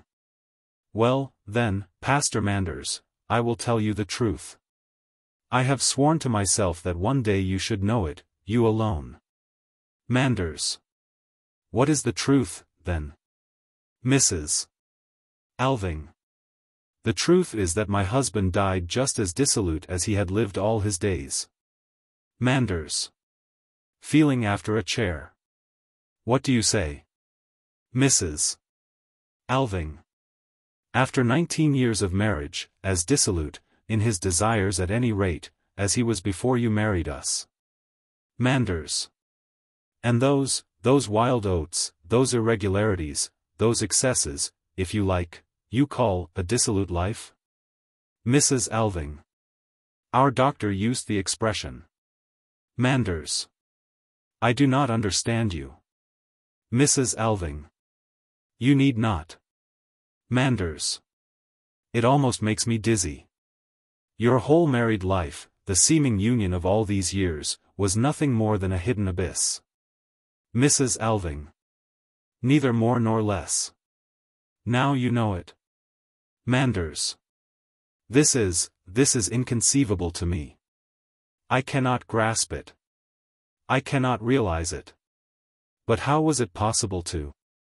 How could such a state of things be kept secret? Mrs. Alving. That has been my ceaseless struggle, day after day. After Oswald's birth, I thought Alving seemed to be a little better. But it did not last long. And then I had to struggle twice as hard, fighting as though for life or death, so that nobody should know what sort of man my child's father was. And you know what power Alving had of winning people's hearts. Nobody seemed able to believe anything but good of him. He was one of those people whose life does not bite upon their reputation. But at last, Mr. Manders, for you must know the whole story, the most repulsive thing of all happened. Manders. More repulsive than what you have told me? Mrs. Alving. I had gone on bearing with him, although I knew very well the secrets of his life out of doors. But when he brought the scandal within our own walls. Manders. Impossible. Here. Mrs. Alving. Yes, here in our own home. It was there, pointing towards the first door on the right, in the dining room, that I first came to know of it. I was busy with something in there, and the door was standing ajar. I heard our housemaid come up from the garden, with water for those flowers. Manders. Well? Mrs. Alving. Soon after, I heard Alving come in too. I heard him say something softly to her. And then I heard, with a short laugh, oh. It still sounds in my ears, so hateful and yet so ludicrous, I heard my own servant maid whisper, "Let me go, Mr. Alving. Let me be." Manders. What unseemly levity on his part. But it cannot have been more than levity, Mrs. Alving, believe me, it cannot. Mrs. Alving. I soon knew what to believe. Mr. Alving had his way with the girl. And that connection had consequences, Mr. Manders. Manders. As though petrified. Such things in this house, in this house. Mrs. Alving. I had borne a great deal in this house. To keep him at home in the evenings, and at night, I had to make myself his boon companion in his secret orgies up in his room. There I have had to sit alone with him, to clink glasses and drink with him, and to listen to his ribald, silly talk. I have had to fight with him to get him dragged to bed. Manders. Moved. And you were able to bear all this? Mrs. Alving. I had to bear it for my little boy's sake.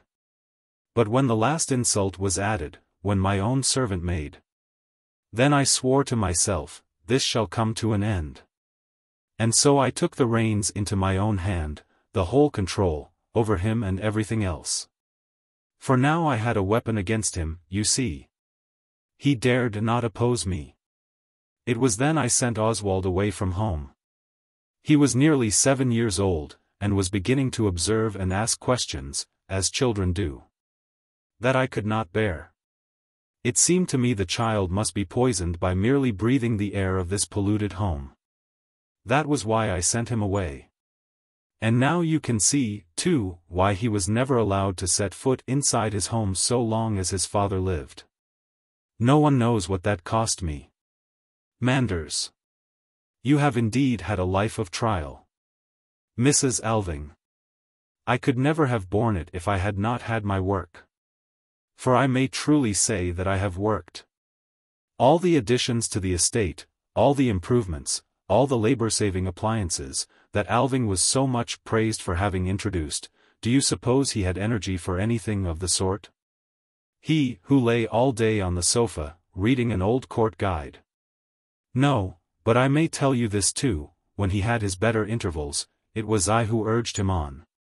It was I who had to drag the whole load when he relapsed into his evil ways, or sank into querulous wretchedness. Manders. And it is to this man that you raise a memorial? Mrs. Alving. There you see the power of an evil conscience. Manders. Evil? What do you mean? Mrs. Alving. It always seemed to me impossible but that the truth must come out and be believed. So the orphanage was to deaden all rumors and set every doubt at rest. Manders. In that you have certainly not missed your aim, Mrs. Alving. Mrs. Alving. And besides, I had one other reason. I was determined that Oswald, my own boy, should inherit nothing whatever from his father. Manders. Then it is Alving's fortune that? Mrs. Alving. Yes. The sums I have spent upon the orphanage, year by year, make up the amount. I have reckoned it up precisely, the amount which made Lieutenant Alving a good match in his day. Manders. I don't understand. Mrs. Alving. It was my purchase money. I do not choose that that money should pass into Oswald's hands. My son shall have everything from me, everything. Oswald Alving enters through the second door to the right, he has taken off his hat and overcoat in the hall. Mrs. Alving. Going towards him. Are you back again already? My dear, dear boy. Oswald. Yes. What can a fellow do out of doors in this eternal rain? But I hear dinner is ready. That's capital. Regina. With a parcel, from the dining room. A parcel has come for you, Mrs. Alving. Hands it to her. Mrs. Alving. With a glance at Mr. Manders. No doubt copies of the ode for tomorrow's ceremony. Manders. Regina. And dinner is ready. Mrs. Alving. Very well. We will come directly. I will just, begins to open the parcel. Regina. To Oswald. Would Mr. Alving like red or white wine? Oswald. Both, if you please. Regina. Bien. Very well, sir. She goes into the dining room. Oswald. I may as well help to uncork it. He also goes into the dining room, the door of which swings half open behind him. Mrs. Alving. Who has opened the parcel? Yes, I thought so. Here is the ceremonial ode, Pastor Manders. Manders. With folded hands. With what countenance I am to deliver my discourse tomorrow. Mrs. Alving. Oh, you will get through it somehow. Manders. Softly, so as not to be heard in the dining room. Yes, it would not do to provoke scandal. Mrs. Alving. Under her breath, but firmly. No. But then this long, hateful comedy will be ended. From the day after tomorrow, I shall act in every way as though he who is dead had never lived in this house. There shall be no one here but my boy and his mother.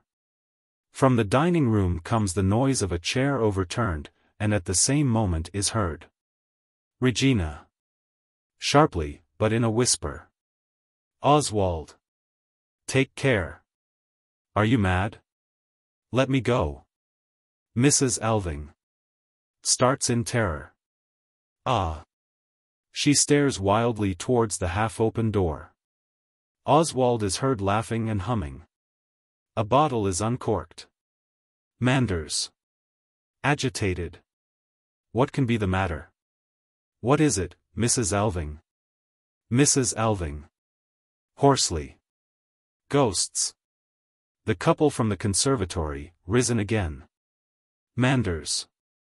Is it possible? Regina? Is she? Mrs. Alving. Yes. Come. Not a word. She seizes Pastor Manders by the arm, and walks unsteadily towards the dining room. Act. Chapter 2. The same room. The mist still lies heavy over the landscape. Manders and Mrs. Alving enter from the dining room. Mrs. Alving. Still in the doorway. Welcome for Mr. Manders. Turns back towards the dining room. Aren't you coming too, Oswald? Oswald. From within. No, thank you. I think I shall go out a little. Mrs. Alving. Yes, do. The weather seems a little brighter now. She shuts the dining room door, goes to the hall door, and calls, Regina. Regina. Outside. Yes, Mrs. Alving. Mrs. Alving. Go down to the laundry, and help with the garlands. Regina. Yes, Mrs. Alving. Mrs. Alving assures herself that Regina goes, then shuts the door. Manders. I suppose he cannot overhear us in there? Mrs. Alving. Not when the door is shut. Besides, he's just going out. Manders. I am still quite upset. I don't know how I could swallow a morsel of dinner. Mrs. Alving.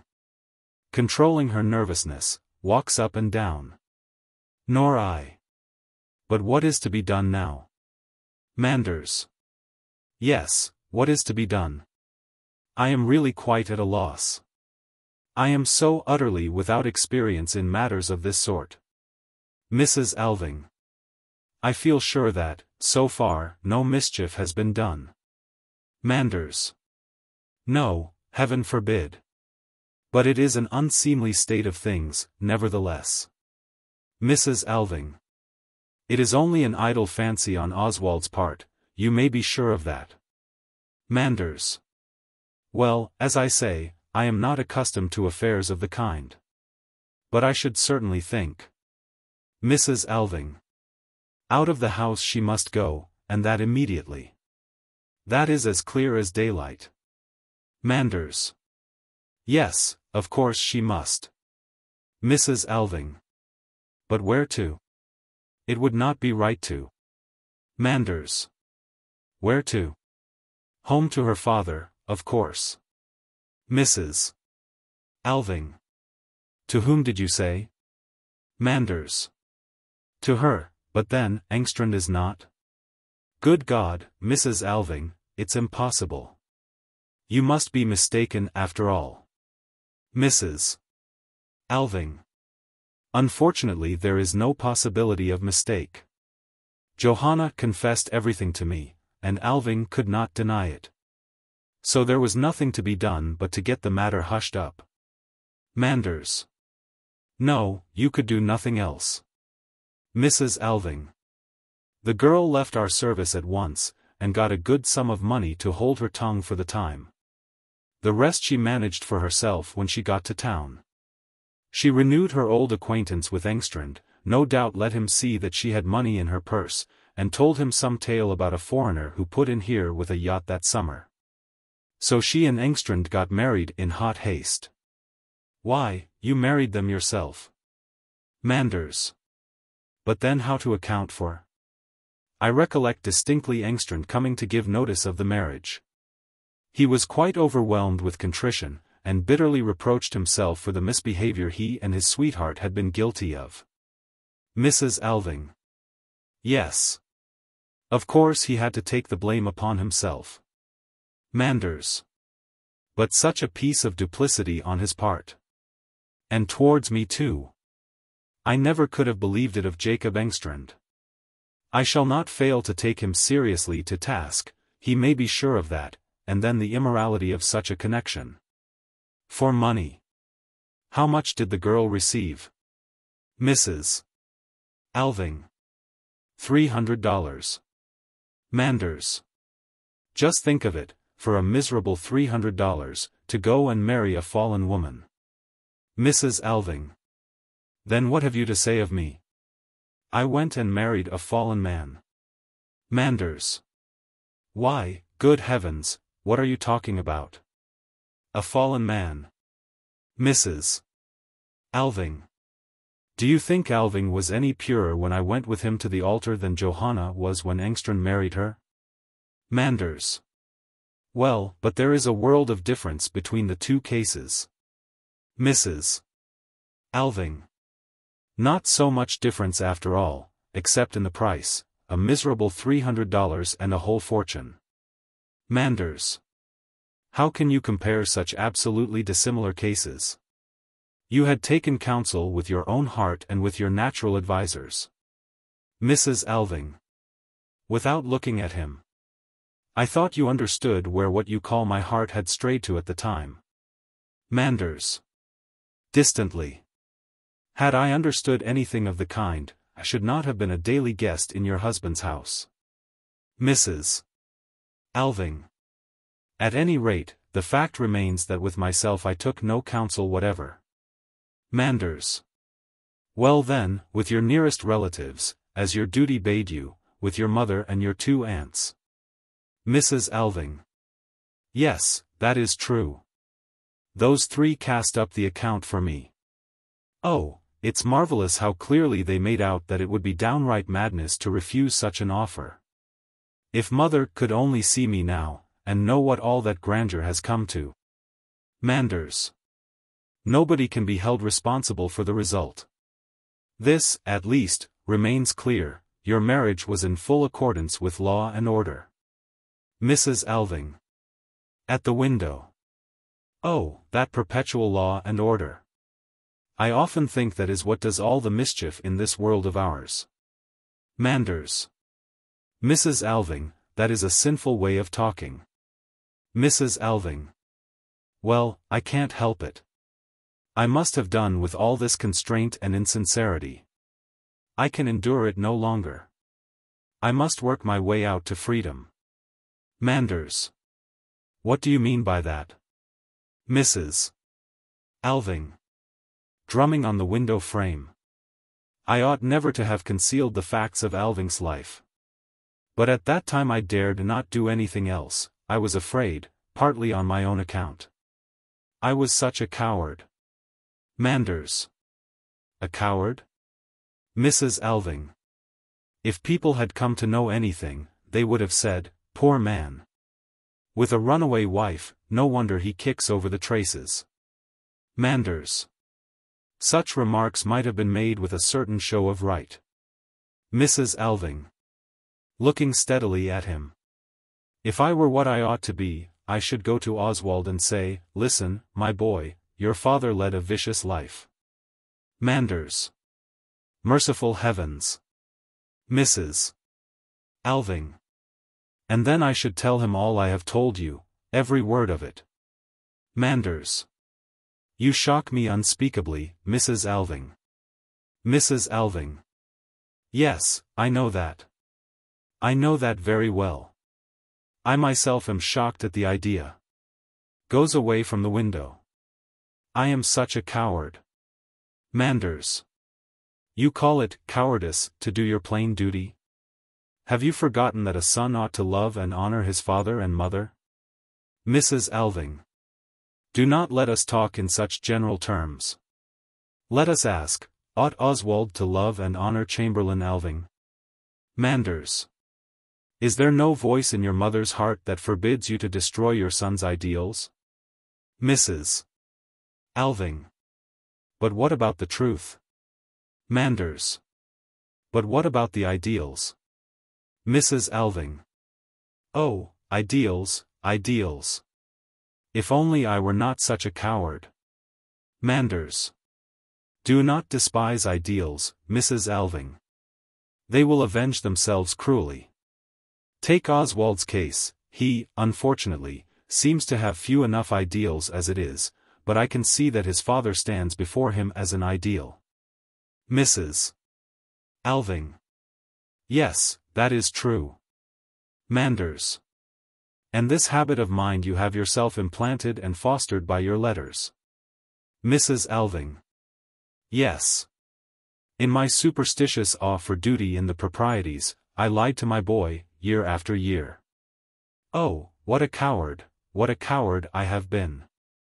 Manders. You have established a happy illusion in your son's heart, Mrs. Alving, and assuredly you ought not to undervalue it. Mrs. Alving. Who knows whether it is so happy after all? But, at any rate, I will not have any tampering with Regina. He shall not go and wreck the poor girl's life. Manders. No. Good God, that would be terrible. Mrs. Alving.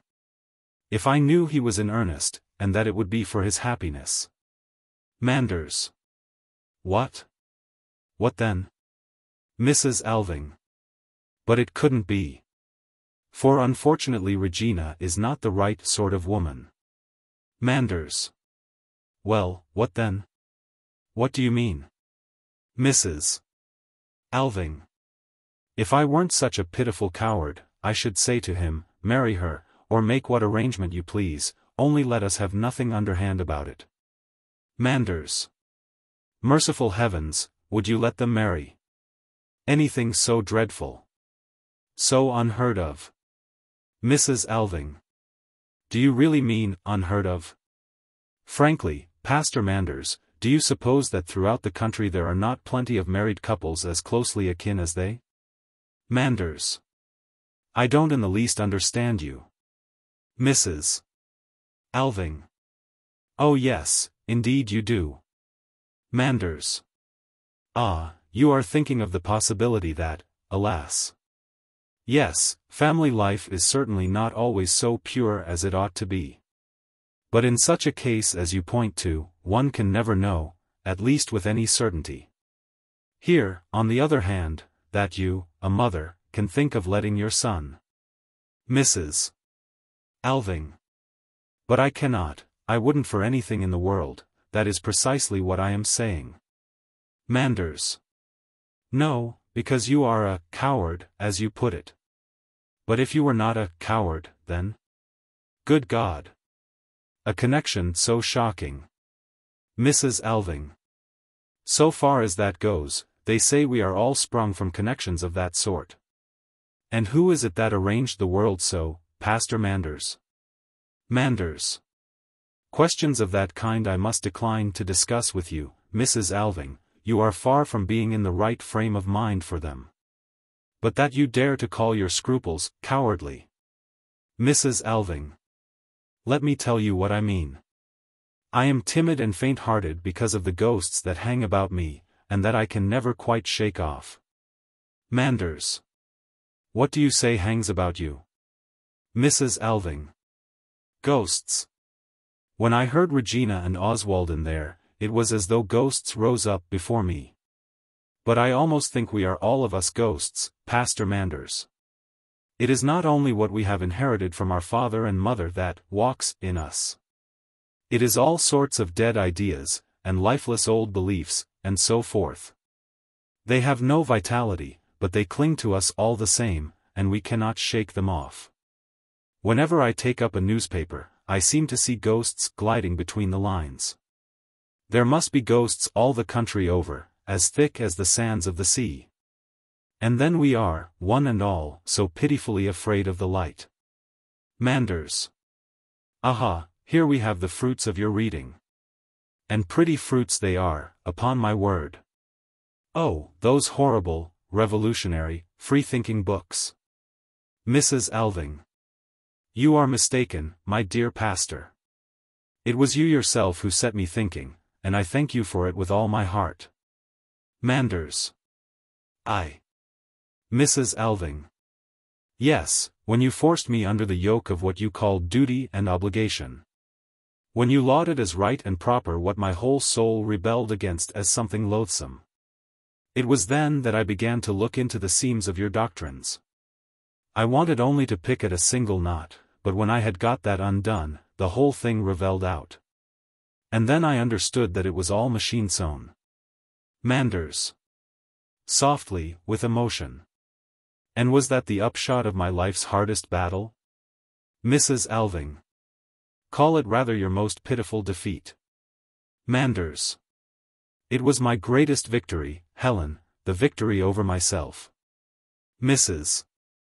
Alving. It was a crime against us both. Manders. When you went astray, and came to me crying, "Here I am, take me." I commanded you, saying, "Woman, go home to your lawful husband." Was that a crime? Mrs. Alving. Yes, I think so. Manders. We two do not understand each other. Mrs. Alving. Not now, at any rate. Manders. Never, never in my most secret thoughts have I regarded you otherwise than as another's wife. Mrs. Alving. Oh, indeed? Manders. Helen. Mrs. Alving. People so easily forget their past selves. Manders. I do not. I am what I always was. Mrs. Alving. Changing the subject. Well, well, well, don't let us talk of old times any longer. You are now over head and ears in boards and committees, and I am fighting my battle with ghosts, both within me and without. Manders. Those without I shall help you to lay. After all the terrible things I have heard from you today, I cannot in conscience permit an unprotected girl to remain in your house. Mrs. Alving. Don't you think the best plan would be to get her provided for, I mean, by a good marriage? Manders. No doubt. I think it would be desirable for her in every respect. Regina is now at the age when, of course I don't know much about these things, but...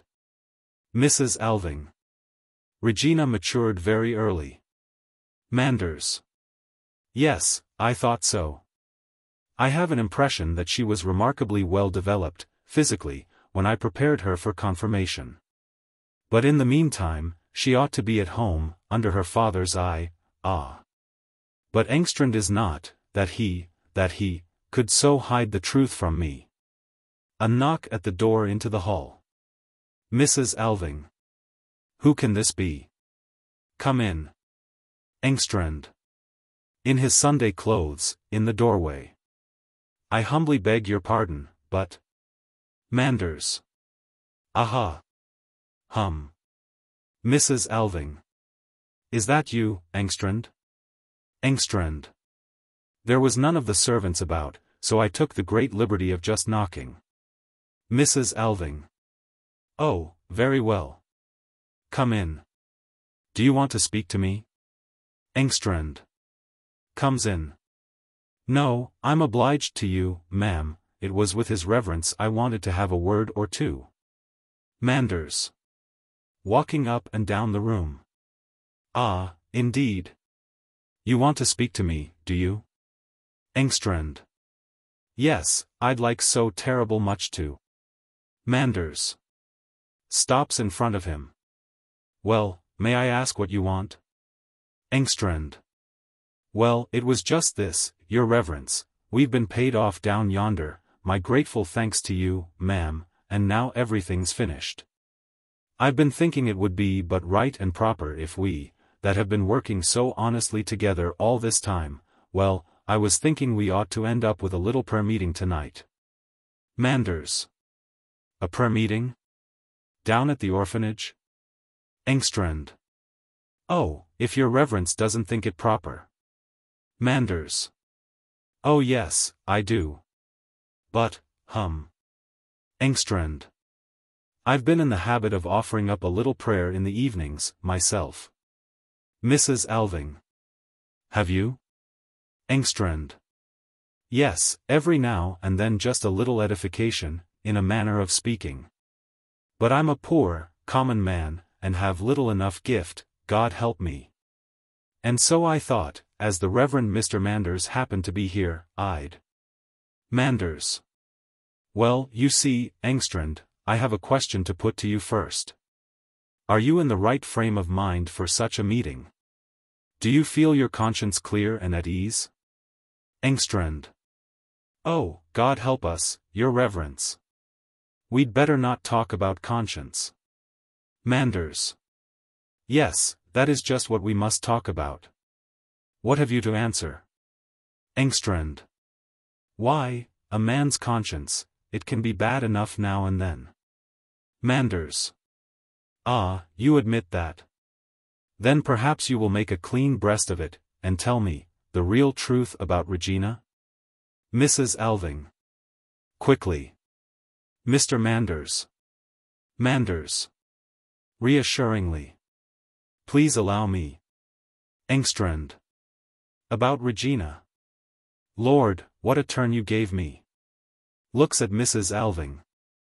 There's nothing wrong about Regina, is there? Manders. We will hope not. But I mean, what is the truth about you and Regina? You pass for her father, eh? Engstrand. Uncertain. Well, your reverence knows all about me and poor Johanna. Manders. Come now, no more prevarication. Your wife told Mrs. Alving the whole story before quitting her service. Engstrand. Well, then, May. Now, did she really? Manders. You see we know you now, Engstrand. Engstrand. And she swore and took her Bible oath. Manders. Did she take her Bible oath? Engstrand. No, she only swore. But she did it that solemn-like. Manders. And you have hidden the truth from me all these years? Hidden it from me, who have trusted you without reserve, in everything. Engstrand. Well, I can't deny it. Manders. Have I deserved this of you, Engstrand?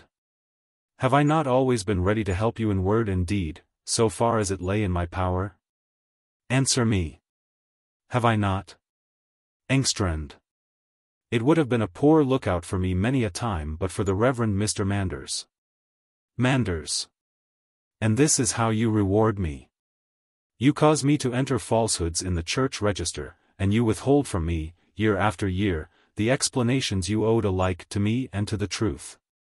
Your conduct has been wholly inexcusable, Engstrand, and from this time forward I have done with you. Engstrand. With a sigh. Yes. I suppose there's no help for it. Manders. How can you possibly justify yourself? Engstrand. Who could ever have thought she'd have gone and made bad worse by talking about it? Will your reverence just fancy yourself in the same trouble as poor Johanna? Manders. I. Engstrand. Lord bless you, I don't mean just exactly the same. But I mean, if your reverence had anything to be ashamed of in the eyes of the world, as the saying goes. We menfolk oughtn't to judge a poor woman too hardly, your reverence. Manders. I am not doing so. It is you I am reproaching. Engstrand. Might I make so bold as to ask your reverence a bit of a question? Manders. Yes, if you want to. Engstrand. Isn't it right and proper for a man to raise up the fallen? Manders.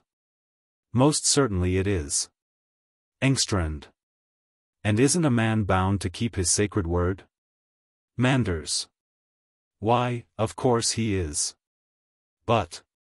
Engstrand. When Johanna had got into trouble through that Englishman, or it might have been an American or a Russian, as they call them, well, you see, she came down into the town.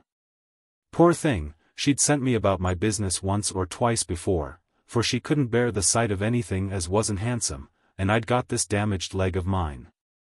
Your reverence recollects how I ventured up into a dancing saloon, where seafaring men was carrying on with drink and devilry, as the saying goes.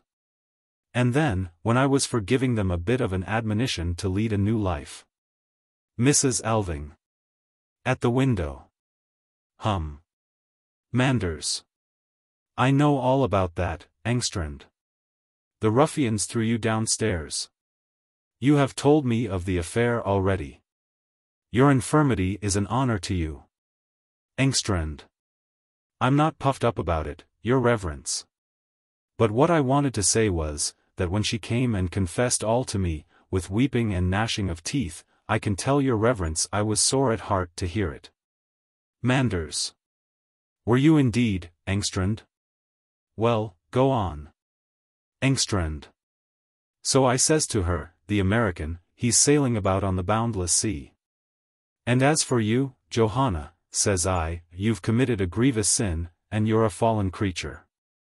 But Jacob Engstrand, says I, he's got 2 good legs to stand upon, he has, you see, your reverence, I was speaking figurative like. Manders. I understand quite well. Go on. Engstrand. Well, that was how I raised her up and made an honest woman of her, so as folks shouldn't get to know how as she'd gone astray with foreigners. Manders. In all that you acted very well. Only I cannot approve of your stooping to take money. Engstrand. Money? Not a farthing. Manders. Inquiringly to Mrs. Alving. But. Engstrand. Oh, wait a minute, now I recollect. Johanna did have a trifle of money. But I would have nothing to do with that. No, says I, that's mammon, that's the wages of sin. This dirty gold, or notes, or whatever it was, will just flint that back in the American's face, says I. But he was off and away, over the stormy sea, your reverence. Manders. Was he really, my good fellow? Engstrand. He was indeed, sir. So Johanna and I, we agreed that the money should go to the child's education. And so it did, and I can account for every blessed farthing of it. Manders. Why, this alters the case considerably. Engstrand. That's just how it stands, your reverence.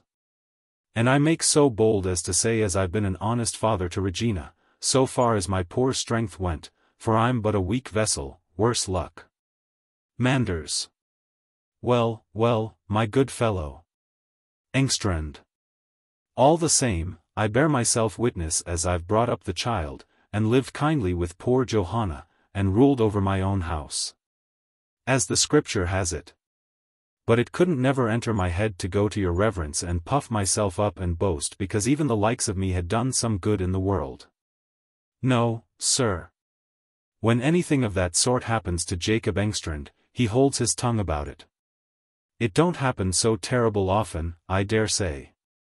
And when I do come to see your reverence, I find a mortal deal that's wicked and weak to talk about. For I said it before, and I says it again, a man's conscience isn't always as clean as it might be. Manders. Give me your hand, Jacob Engstrand. Engstrand. Oh, Lord. Your reverence. Manders. Come, no nonsense. Wrings his hand. There we are. Engstrand. And if I might humbly beg your reverence's pardon. Manders. You? On the contrary, it is I who ought to beg your pardon. Engstrand. Lord, no, sir. Manders. Yes, assuredly. And I do it with all my heart. Forgive me for misunderstanding you. I only wish I could give you some proof of my hearty regret, and of my goodwill towards you. Engstrand. Would your reverence do it? Manders. With the greatest pleasure. Engstrand. Well then, here's the very chance. With the bit of money I've saved here, I was thinking I might set up a sailor's home down in the town. Mrs. Alving. You? Engstrand. Yes. It might be a sort of orphanage, too, in a manner of speaking. There's such a many temptations for seafaring folk ashore. But in this home of mine, a man might feel like as he was under a father's eye, I was thinking. Manders. What do you say to this, Mrs. Alving? Engstrand. It isn't much as I've got to start with, Lord help me. But if I could only find a helping hand, why? Manders. Yes, yes, we will look into the matter more closely. I entirely approve of your plan. But now, go before me and make everything ready, and get the candles lighted, so as to give the place an air of festivity. And then we will pass an edifying hour together, my good fellow, for now I quite believe you are in the right frame of mind. Engstrand. Yes, I trust one am. And so I'll say goodbye, ma'am, and thank you kindly, and take good care of Regina for me, wipes a tear from his eye, poor Johanna's child. Well, it's a queer thing, now. But it's just like as if she'd growed into the very apple of my eye. It is, indeed. He bows and goes out through the hall. Manders. Well, what do you say of that man now, Mrs. Alving? That was a very different account of matters, was it not? Mrs. Alving. Yes, it certainly was. Manders. It only shows how excessively careful one ought to be in judging one's fellow creatures. But what a heartfelt joy it is to ascertain that one has been mistaken. Don't you think so?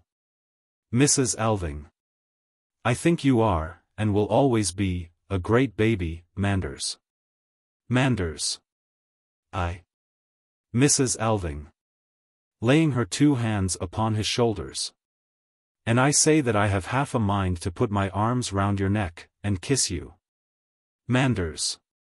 Stepping hastily back. No, no. God bless me. What an idea. Mrs. Alving. With a smile. Oh, you needn't be afraid of me. Manders. By the table. You have sometimes such an exaggerated way of expressing yourself.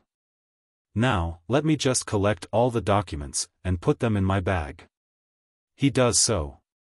There, that's all right. And now, goodbye for the present. Keep your eyes open when Oswald comes back. I shall look in again later. He takes his hat and goes out through the hall door. Mrs. Alving. Sighs, looks for a moment out of the window, sets the room in order a little, and is about to go into the dining room, but stops at the door with a half-suppressed cry. Oswald, are you still at table? Oswald. In the dining room. I'm only finishing my cigar. Mrs. Alving. I thought you had gone for a little walk. Oswald. In such weather as this? A glass clinks. Mrs. Alving leaves the door open, and sits down with her knitting on the sofa by the window. Oswald. Wasn't that Pastor Manders that went out just now? Mrs. Alving. Yes, he went down to the orphanage. Oswald. Hum. The glass and decanter clink again. Mrs. Alving. With a troubled glance. Dear Oswald, you should take care of that liqueur. It is strong. Oswald. It keeps out the damp. Mrs. Alving. Wouldn't you rather come in here, to me? Oswald. I mayn't smoke in there. Mrs. Alving. You know quite well you may smoke cigars. Oswald. Oh, all right then, I'll come in. Just a tiny drop more first. There. He comes into the room with his cigar, and shuts the door after him. A short silence. Where has the pastor gone to? Mrs. Alving. I have just told you, he went down to the orphanage. Oswald. Oh, yes, so you did. Mrs. Alving. You shouldn't sit so long at table, Oswald. Oswald. Holding his cigar behind him. But I find it so pleasant, mother. Strokes and caresses her. Just think what it is for me to come home and sit at mother's own table, in mother's room, and eat mother's delicious dishes. Mrs. Alving. My dear, dear boy. Oswald. Somewhat impatiently, walks about and smokes. And what else can I do with myself here? I can't set to work at anything. Mrs. Alving. Why can't you? Oswald. In such weather as this? Without a single ray of sunshine the whole day? Walks up the room. Oh, not to be able to work. Mrs. Alving. Perhaps it was not quite wise of you to come home? Oswald. Oh, yes, mother, I had to. Mrs. Alving. You know I would 10 times rather forego the joy of having you here, than let you. Oswald. Stops beside the table. Now just tell me, mother, does it really make you so very happy to have me home again? Mrs. Alving. Does it make me happy? Oswald. Crumpling up a newspaper. I should have thought it must be pretty much the same to you whether I was in existence or not. Mrs. Alving. Have you the heart to say that to your mother, Oswald? Oswald. But you've got on very well without me all this time. Mrs. Alving. Yes, I have got on without you. That is true. A silence. Twilight slowly begins to fall. Oswald paces to and fro across the room. He has laid his cigar down. Oswald. Stops beside Mrs. Alving. Mother, may I sit on the sofa beside you? Mrs. Alving. Makes room for him. Yes, do, my dear boy. Oswald. Sits down. There is something I must tell you, mother. Mrs. Alving. Anxiously. Well? Oswald. Looks fixedly before him. For I can't go on hiding it any longer. Mrs. Alving. Hiding what? What is it? Oswald. As before. I could never bring myself to write to you about it, and since I've come home. Mrs. Alving. Seizes him by the arm. Oswald, what is the matter? Oswald. Both yesterday and today I have tried to put the thoughts away from me, to cast them off, but it's no use. Mrs. Alving. Rising. Now you must tell me everything, Oswald. Oswald draws her down to the sofa again. Sit still, and then I will try to tell you. I complained of fatigue after my journey. Mrs. Alving. Well? What then? Oswald. But it isn't that is the matter with me, not any ordinary fatigue.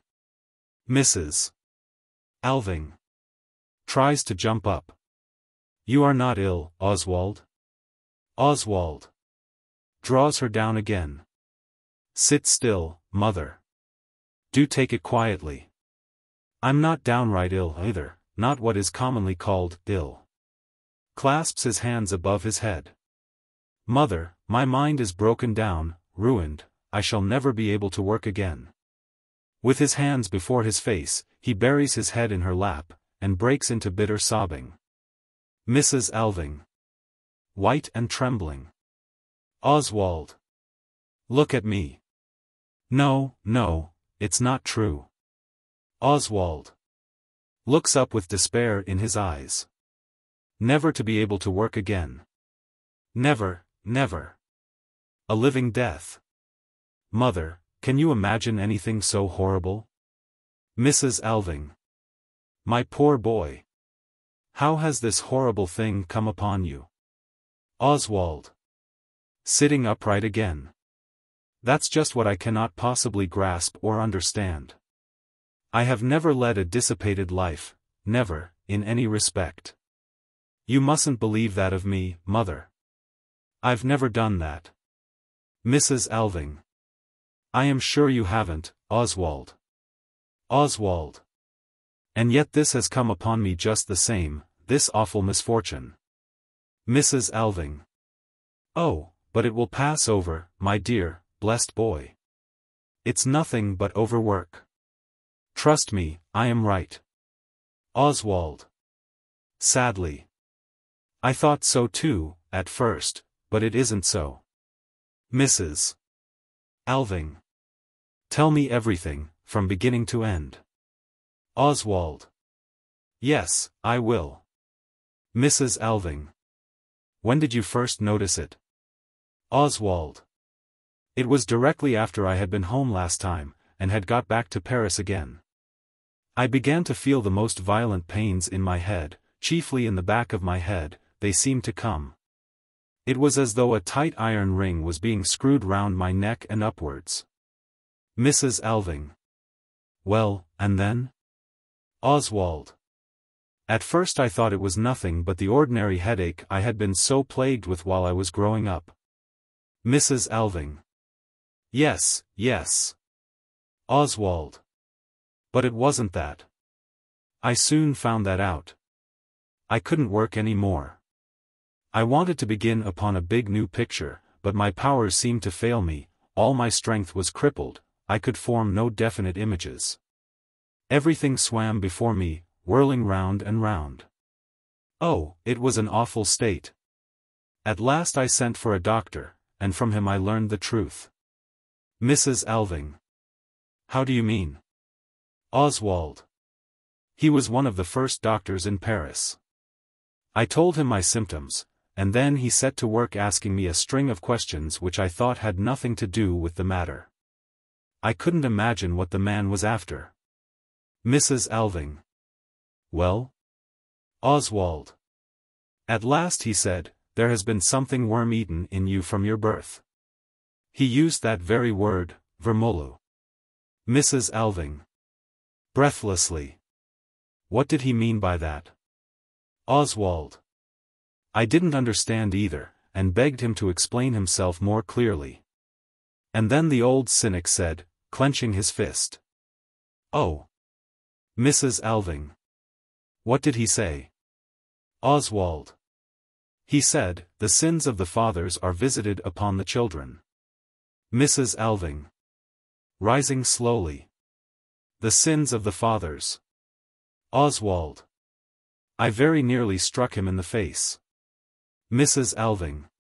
Walks away across the room. The sins of the fathers. Oswald. Smiles sadly. Yes, what do you think of that? Of course I assured him that such a thing was out of the question. But do you think he gave in? No, he stuck to it. And it was only when I produced your letters and translated the passages relating to father. Mrs. Alving. But then? Oswald. Then of course he had to admit that he was on the wrong track. And so I learned the truth, the incomprehensible truth. I ought not to have taken part with my comrades in that light-hearted, glorious life of theirs. It had been too much for my strength. So I had brought it upon myself. Mrs. Alving. Oswald. No, no, do not believe it. Oswald. No other explanation was possible, he said. That's the awful part of it. Incurably ruined for life, by my own heedlessness. All that I meant to have done in the world, I never dare think of it again, I'm not able to think of it. Oh! If I could only live over again, and undo all I have done. He buries his face in the sofa. Mrs. Alving. Wrings her hands and walks, in silent struggle, backwards and forwards. Oswald. After a while, looks up and remains resting upon his elbow. If it had only been something inherited, something one wasn't responsible for. But this. To have thrown away so shamefully, thoughtlessly, recklessly, one's own happiness, one's own health, everything in the world, one's future, one's very life. Mrs. Alving. No, no, my dear, darling boy, this is impossible. Bends over him. Things are not so desperate as you think. Oswald.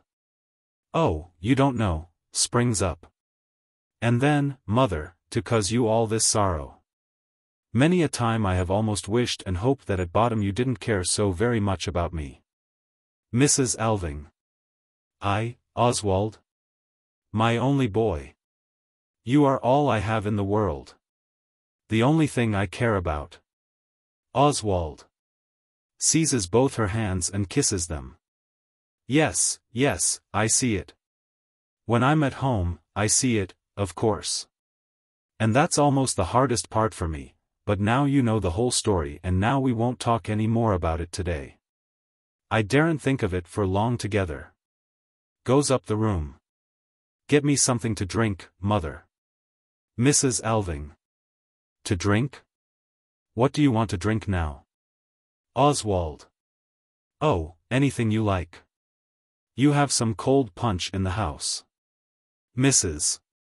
Alving. Yes, but my dear Oswald. Oswald. Don't refuse me, mother. Do be kind, now. I must have something to wash down all these gnawing thoughts. Goes into the conservatory. And then, it's so dark here. Mrs. Alving pulls a bell rope on the right. And this ceaseless rain. It may go on week after week, 4 months together. Never to get a glimpse of the sun. I can't recollect ever having seen the sun shine all the times I've been at home. Mrs. Alving. Oswald, you are thinking of going away from me. Oswald. Drawing a heavy breath. I'm not thinking of anything. I cannot think of anything. In a low voice. I let thinking alone. Regina. From the dining room. Did you ring, ma'am? Mrs. Alving. Yes. Let us have the lamp in. Regina. Yes, ma'am. It's ready lighted. Goes out. Mrs. Alving. Goes across to Oswald. Oswald, be frank with me. Oswald. Well, so I am, mother. Goes to the table. I think I have told you enough. Regina brings the lamp and sets it upon the table. Mrs. Alving.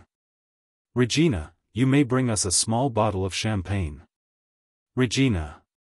Very well, ma'am. Goes out. Oswald. Puts his arm round Mrs. Alving's neck. That's just what I wanted. I knew mother wouldn't let her boy go thirsty. Mrs. Alving. My own, poor, darling Oswald, how could I deny you anything now? Oswald. Eagerly. Is that true, mother? Do you mean it? Mrs. Alving. How? What? Oswald. That you couldn't deny me anything. Mrs. Alving. My dear Oswald. Oswald. Hush. Regina. Brings a tray with a half bottle of champagne and 2 glasses, which she sets on the table. Shall I open it? Oswald. No, thanks. I will do it myself. Regina goes out again. Mrs. Alving. Sits down by the table. What was it you meant, that I mustn't deny you? Oswald. Busy opening the bottle. First let us have a glass, or 2. The cork pops. He pours wine into one glass, and is about to pour it into the other. Mrs. Alving. Holding her hand over it. Thanks, not for me. Oswald. Oh. Won't you? Then I will. He empties the glass, fills, and empties it again, then he sits down by the table. Mrs. Alving. In expectancy. Well? Oswald. Without looking at her. Tell me, I thought you and Pastor Manders seemed so odd, so quiet, at dinner today. Mrs. Alving. Did you notice it? Oswald. Yes. After a short silence. Tell me, what do you think of Regina? Mrs. Alving. What do I think? Oswald. Yes, isn't she splendid? Mrs. Alving. My dear Oswald, you don't know her as I do. Oswald. Well? Mrs. Alving. Regina, unfortunately, was allowed to stay at home too long. I ought to have taken her earlier into my house. Oswald. Yes, but isn't she splendid to look at, mother? He fills his glass. Mrs. Alving. Regina has many serious faults. Oswald. Oh, what does that matter? He drinks again. Mrs. Alving. But I am fond of her, nevertheless, and I am responsible for her. I wouldn't for all the world have any harm happen to her. Oswald. Springs up. Mother, Regina is my only salvation. Mrs. Alving. Rising. What do you mean by that? Oswald. I cannot go on bearing all this anguish of soul alone. Mrs. Alving. Have you not your mother to share it with you? Oswald.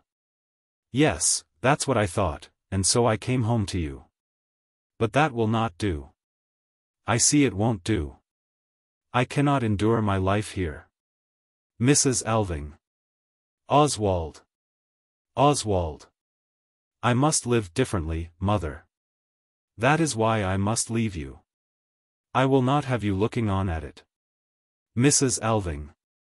My unhappy boy. But, Oswald, while you are so ill as this. Oswald. If it were only the illness, I should stay with you, mother, you may be sure, for you are the best friend I have in the world. Mrs. Alving. Yes, indeed I am, Oswald, am I not? Oswald. Wanders restlessly about. But it's all the torment, the gnawing remorse, and then, the great, killing dread. Oh, that awful dread. Mrs. Alving. Walking after him. Dread?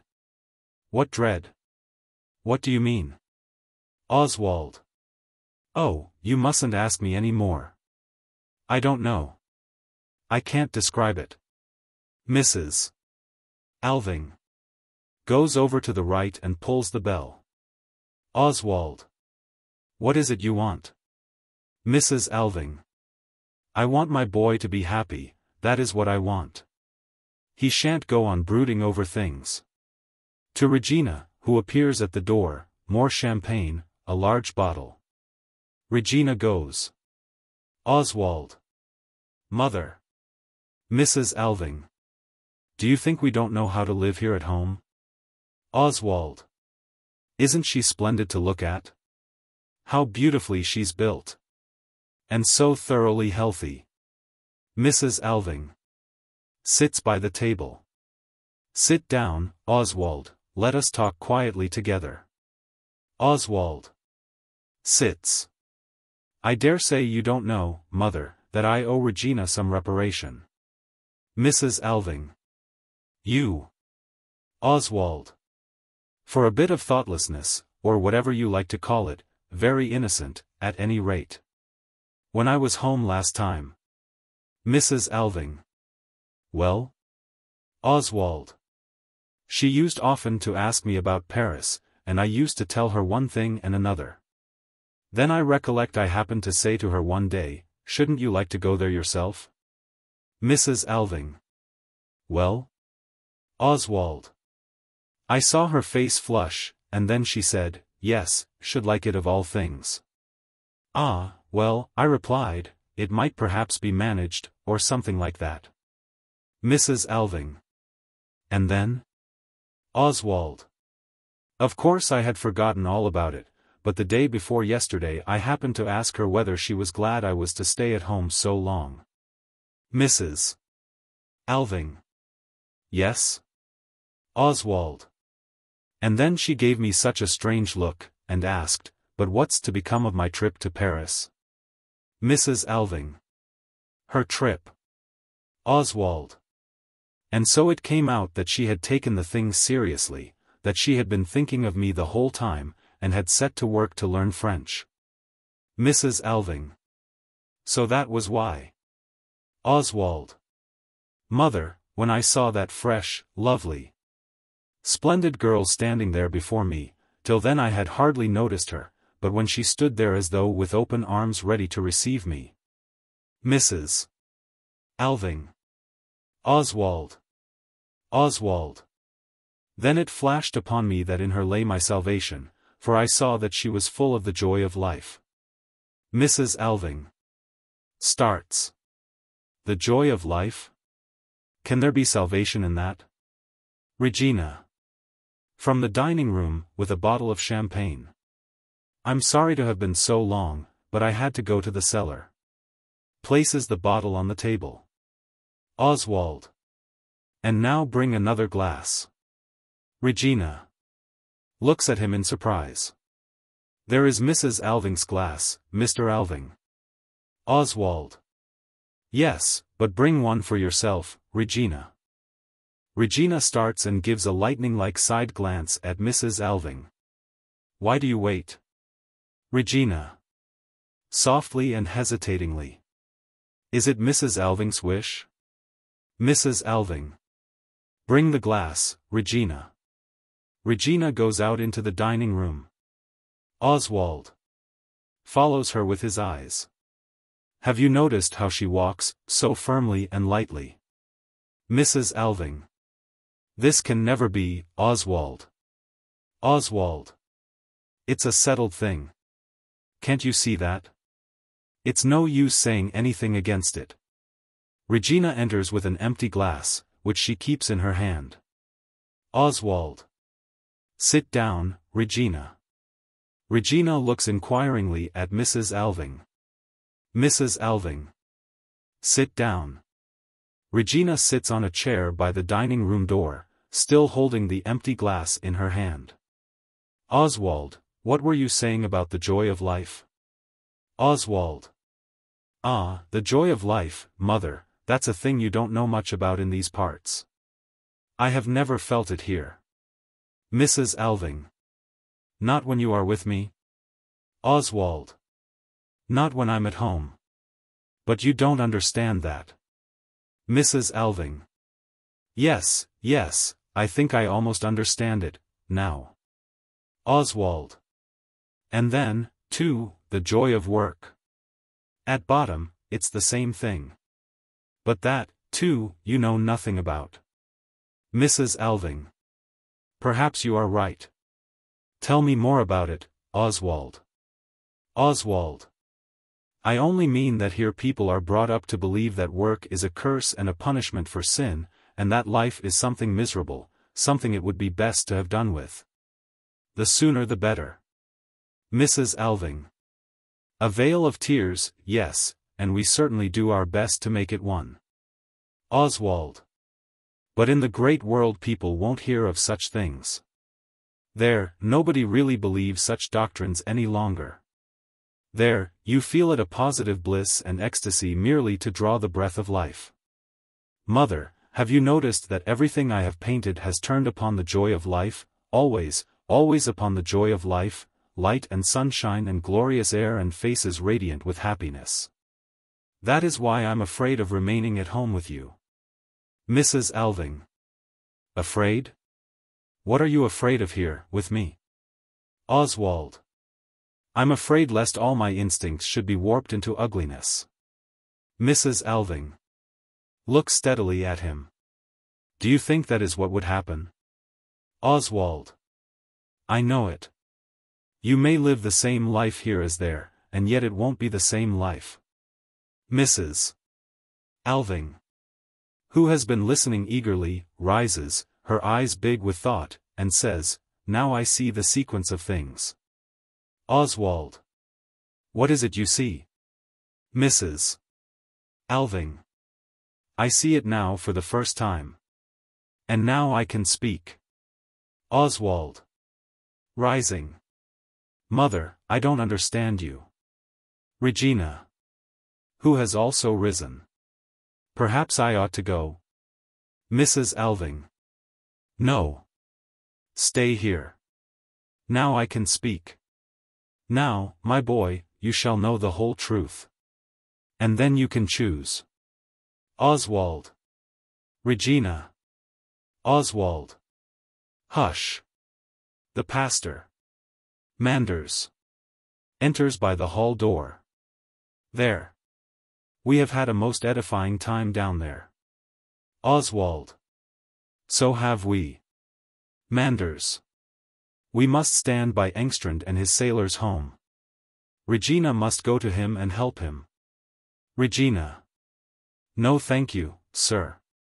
Manders. Noticing her for the first time. What? You here? And with a glass in your hand. Regina. Hastily putting the glass down. Pardon. Oswald. Regina is going with me, Mr. Manders. Manders. Going. With you. Oswald. Yes, as my wife, if she wishes it. Manders. But, merciful God. Regina. I can't help it, sir. Oswald. Or she'll stay here, if I stay. Regina. Involuntarily. Here. Manders. I am thunderstruck at your conduct, Mrs. Alving. Mrs. Alving. They will do neither one thing nor the other, for now I can speak out plainly. Manders. You surely will not do that. No, no, no. Mrs. Alving. Yes, I can speak and I will. And no ideals shall suffer after all. Oswald. Mother, what is it you are hiding from me? Regina. Listening. Oh, ma'am, listen. Don't you hear shouts outside? She goes into the conservatory and looks out. Oswald. At the window on the left. What's going on? Where does that light come from? Regina. Cries out. The orphanage is on fire. Mrs. Alving. Rushing to the window. On fire. Manders. On fire. Impossible. I've just come from there. Oswald. Where's my hat? Oh, never mind it, Father's orphanage. He rushes out through the garden door. Mrs. Alving. My shawl, Regina. The whole place is in a blaze. Manders. Terrible. Mrs. Alving, it is a judgment upon this abode of lawlessness. Mrs. Alving. Yes, of course. Come, Regina. She and Regina hasten out through the hall. Manders clasps his hands together. And we left it uninsured. He goes out the same way. Chapter 3. The room as before. All the doors stand open. The lamp is still burning on the table. It is dark out of doors. There is only a faint glow from the conflagration in the background to the left. Mrs. Alving, with a shawl over her head, stands in the conservatory, looking out. Regina, also with a shawl on, stands a little behind her. Mrs. Alving. The whole thing burnt to the ground. Regina. The basement is still burning. Mrs. Alving. How is it Oswald doesn't come home? There's nothing to be saved. Regina. Should you like me to take down his hat to him? Mrs. Alving. Has he not even got his hat on? Regina. Pointing to the hall. No, there it hangs. Mrs. Alving. Let it be. He must come up now. I shall go and look for him myself. She goes out through the garden door. Manders comes in from the hall. Is not Mrs. Alving here? Regina. She has just gone down the garden. Manders. This is the most terrible night I ever went through. Regina. Yes. Isn't it a dreadful misfortune, sir? Manders. Oh, don't talk about it. I can hardly bear to think of it. Regina. How can it have happened? Manders. Don't ask me, Miss Engstrand. How should I know? Do you, too? Is it not enough that your father? Regina.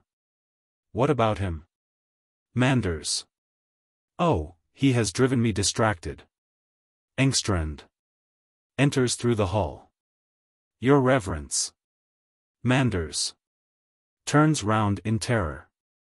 Are you after me here, too? Engstrand. Yes, strike me dead, but I must. Oh, Lord. What am I saying? But this is a terrible ugly business, Your Reverence. Manders walks to and fro. Alas! Alas! Regina. What's the matter? Engstrand.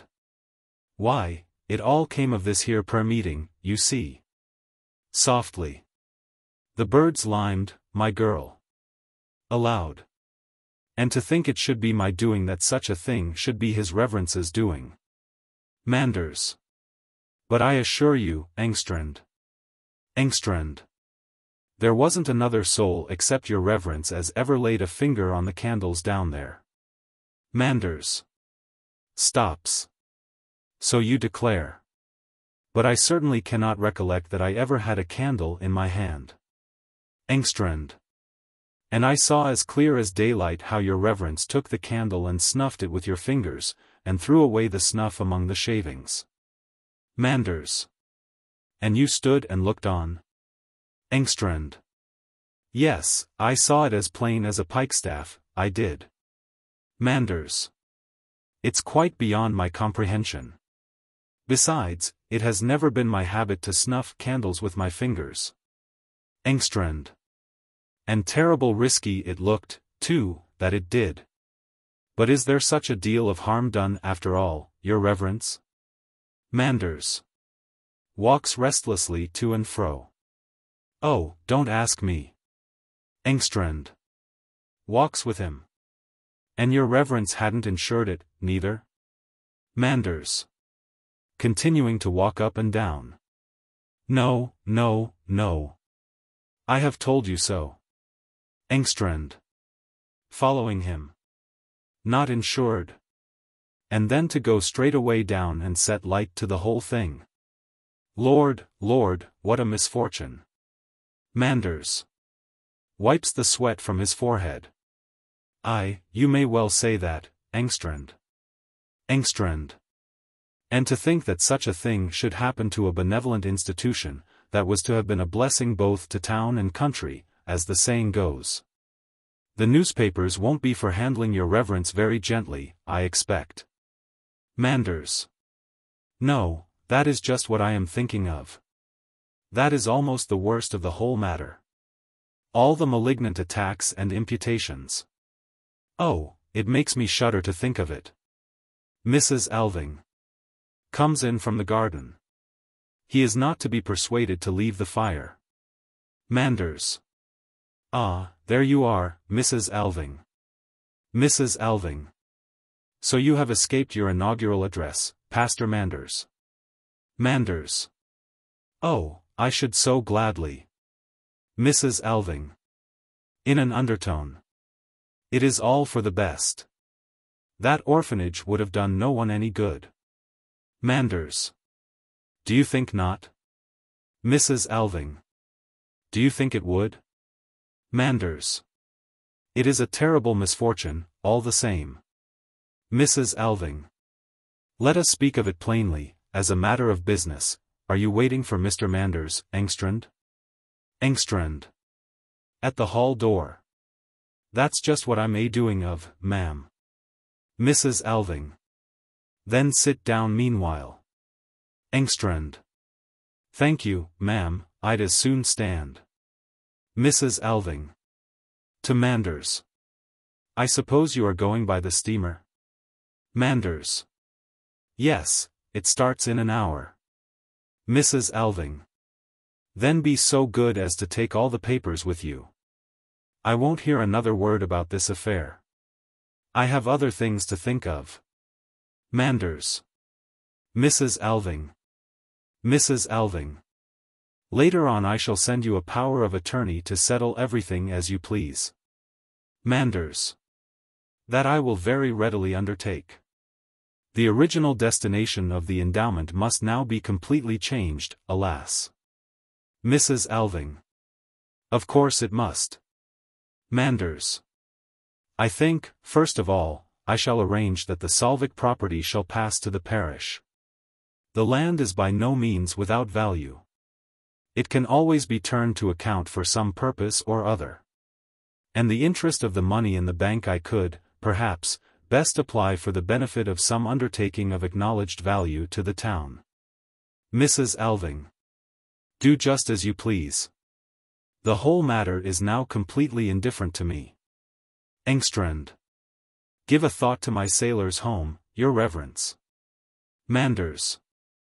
Upon my word, that is not a bad suggestion. That must be considered. Engstrand. Oh, devil take considering, Lord forgive me. Manders. With a sigh. And unfortunately I cannot tell how long I shall be able to retain control of these things, whether public opinion may not compel me to retire. It entirely depends upon the result of the official inquiry into the fire. Mrs. Alving. What are you talking about? Manders. And the result can by no means be foretold. Engstrand. Comes close to him. Aye, but it can though. For here stands old Jacob Engstrand. Manders. Well well, but? Engstrand. More softy. And Jacob Engstrand isn't the man to desert a noble benefactor in the hour of need, as the saying goes. Manders. Yes, but my good fellow, how? Engstrand. Jacob Engstrand may be likened to a sort of a guardian angel, he may, your reverence. Manders. No, no, I really cannot accept that. Engstrand. Oh, that'll be the way of it, all the same. I know a man as has taken others' sins upon himself before now, I do. Manders. Jacob. Wrings his hand. Yours is a rare nature. Well, you shall be helped with your sailor's home. That you may rely upon. Engstrand tries to thank him, but cannot for emotion. Manders. Hangs his traveling bag over his shoulder. And now let us set out. We two will go together. Engstrand. At the dining room door, softly to Regina. You come along too, my lass. You shall live as snug as the yolk in an egg. Regina tosses her head. Merci. She goes out into the hall and fetches Manders' overcoat. Manders. Goodbye, Mrs. Alving. And may the spirit of law and order descend upon this house, and that quickly. Mrs. Alving. Goodbye, Pastor Manders. She goes up towards the conservatory, as she sees Oswald coming in through the garden door. Engstrand. While he and Regina help Manders to get his coat on. Goodbye, my child. And if any trouble should come to you, you know where Jacob Engstrand is to be found. Softly. Little Harbor Street, hum. To Mrs. Alving and Oswald. And the refuge for wandering mariners shall be called Chamberlain Alving's home, that it shall. And if so be as I'm spared to carry on that house in my own way, I make so bold as to promise that it shall be worthy of the Chamberlain's memory. Manders. In the doorway. Hum, hum. Come along, my dear Engstrand. Goodbye. Goodbye. He and Engstrand go out through the hall. Oswald goes towards the table. What house was he talking about? Mrs. Alving. Oh, a kind of home that he and Pastor Manders want to set up. Oswald. It will burn down like the other. Mrs. Alving. What makes you think so? Oswald. Everything will burn. All that recalls father's memory is doomed. Here am I, too, burning down. Regina starts and looks at him. Mrs. Alving. Oswald. You oughtn't to have remained so long down there, my poor boy. Oswald. Sits down by the table. I almost think you are right. Mrs. Alving. Let me dry your face, Oswald, you are quite wet. She dries his face with her pocket handkerchief. Oswald stares indifferently in front of him. Thanks, mother. Mrs. Alving. Are you not tired, Oswald? Should you like to sleep? Oswald. Nervously. No, no, not to sleep. I never sleep. I only pretend to. Sadly. That will come soon enough. Mrs. Alving. Looking sorrowfully at him. Yes, you really are ill, my blessed boy. Regina. Eagerly. Is Mr. Alving ill? Oswald. Impatiently. Oh, do shut all the doors. This killing dread. Mrs. Alving. Close the doors, Regina. Regina shuts them and remains standing by the hall door. Mrs. Alving takes her shawl off, Regina does the same. Mrs. Alving draws a chair across to Oswald's, and sits by him. Mrs. Alving. There now. I am going to sit beside you. Oswald. Yes, do. And Regina shall stay here too. Regina shall be with me always. You will come to the rescue, Regina, won't you? Regina. I don't understand. Mrs. Alving. To the rescue? Oswald. Yes, when the need comes. Mrs. Alving. Oswald, have you not your mother to come to the rescue? Oswald. You? Smiles. No, mother, that rescue you will never bring me. Laughs sadly. You. Ha ha. Looks earnestly at her. Though, after all, who ought to do it if not you? Impetuously.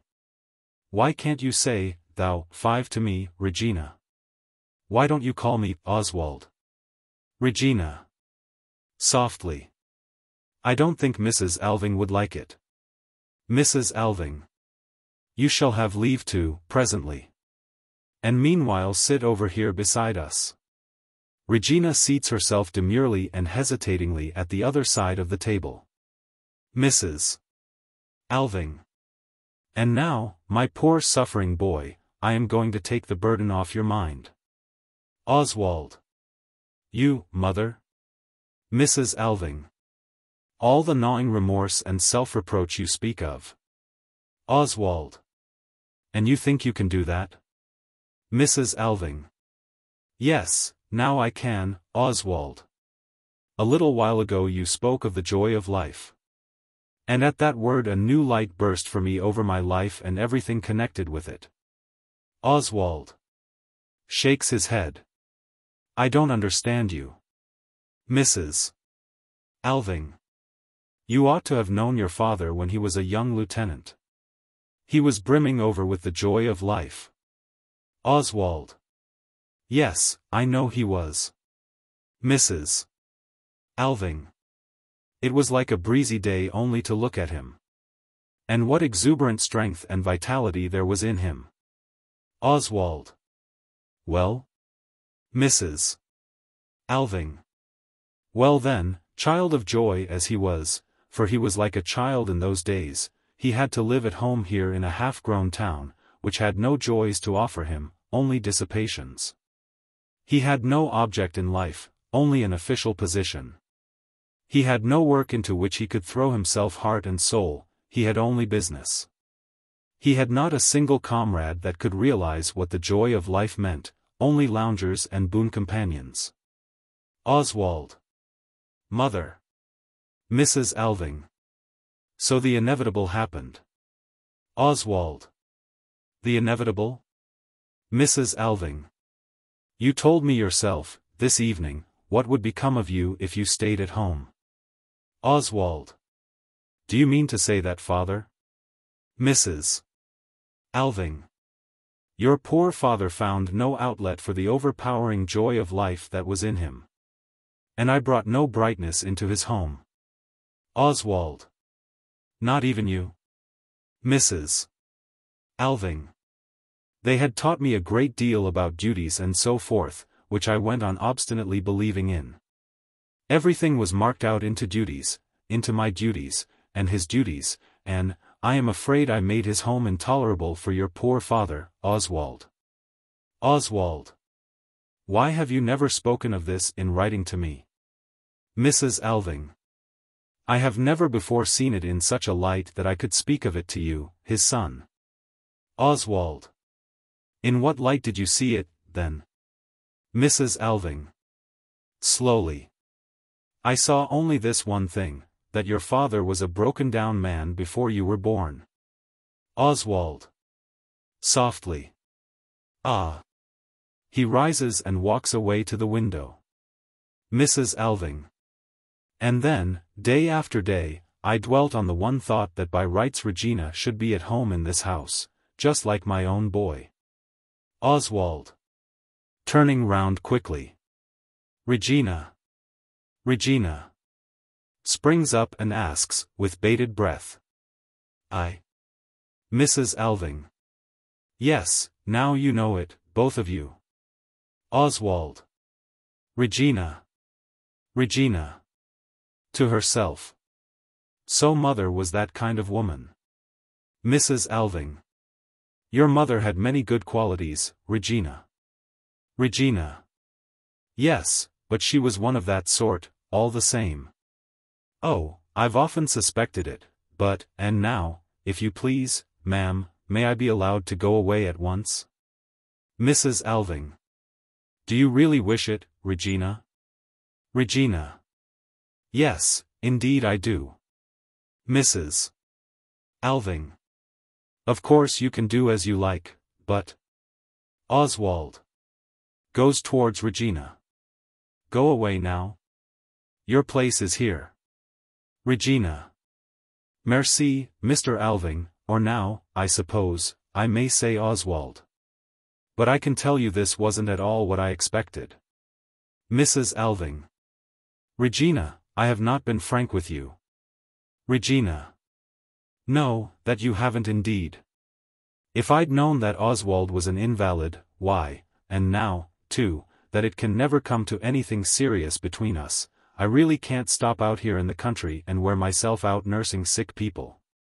Oswald. Not even one who is so near to you. Regina. No, that I can't. A poor girl must make the best of her young days, or she'll be left out in the cold before she knows where she is. And I, too, have the joy of life in me, Mrs. Alving. Mrs. Alving. Unfortunately, you have. But don't throw yourself away, Regina. Regina. Oh, what must be, must be.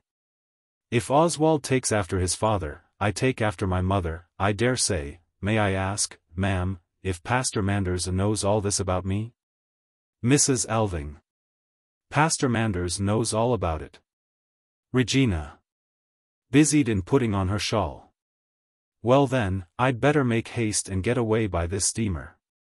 The pastor is such a nice man to deal with. And I certainly think I've as much right to a little of that money as he has, that brute of a carpenter. Mrs. Alving. You are heartily welcome to it, Regina. Regina. Looks hard at her. I think you might have brought me up as a gentleman's daughter, ma'am, it would have suited me better. Tosses her head. But pooh, what does it matter? With a bitter side glance at the corked bottle. I may come to drink champagne with gentlefolks yet. Mrs. Alving. And if you ever need a home, Regina, come to me. Regina. No, thank you, ma'am. Pastor Manders will look after me, I know. And if the worst comes to the worst, I know of one house where I've every right to a place. Mrs. Alving. Where is that? Regina. Chamberlain Alving's home. Mrs. Alving. Regina, now I see it, you are going to your ruin. Regina. Oh, stuff. Goodbye. She nods and goes out through the hall. Oswald stands at the window and looks out. Is she gone? Mrs. Alving. Yes. Oswald. Murmuring aside to himself. I think it was a mistake, this. Mrs. Alving. Goes up behind him and lays her hands on his shoulders. Oswald, my dear boy, has it shaken you very much? Oswald. Turns his face towards her. All that about father, do you mean? Mrs. Alving. Yes, about your unhappy father. I am so afraid it may have been too much for you.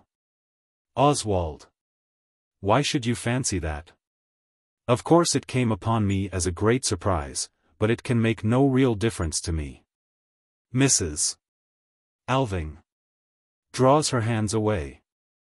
No difference. That your father was so infinitely unhappy. Oswald. Of course I can pity him, as I would anybody else, but... Mrs. Alving. Nothing more. Your own father. Oswald. Impatiently. Oh, father, father. I never knew anything of father. I remember nothing about him, except that he once made me sick. Mrs. Alving. This is terrible to think of. Ought not a son to love his father, whatever happens? Oswald. When a son has nothing to thank his father for?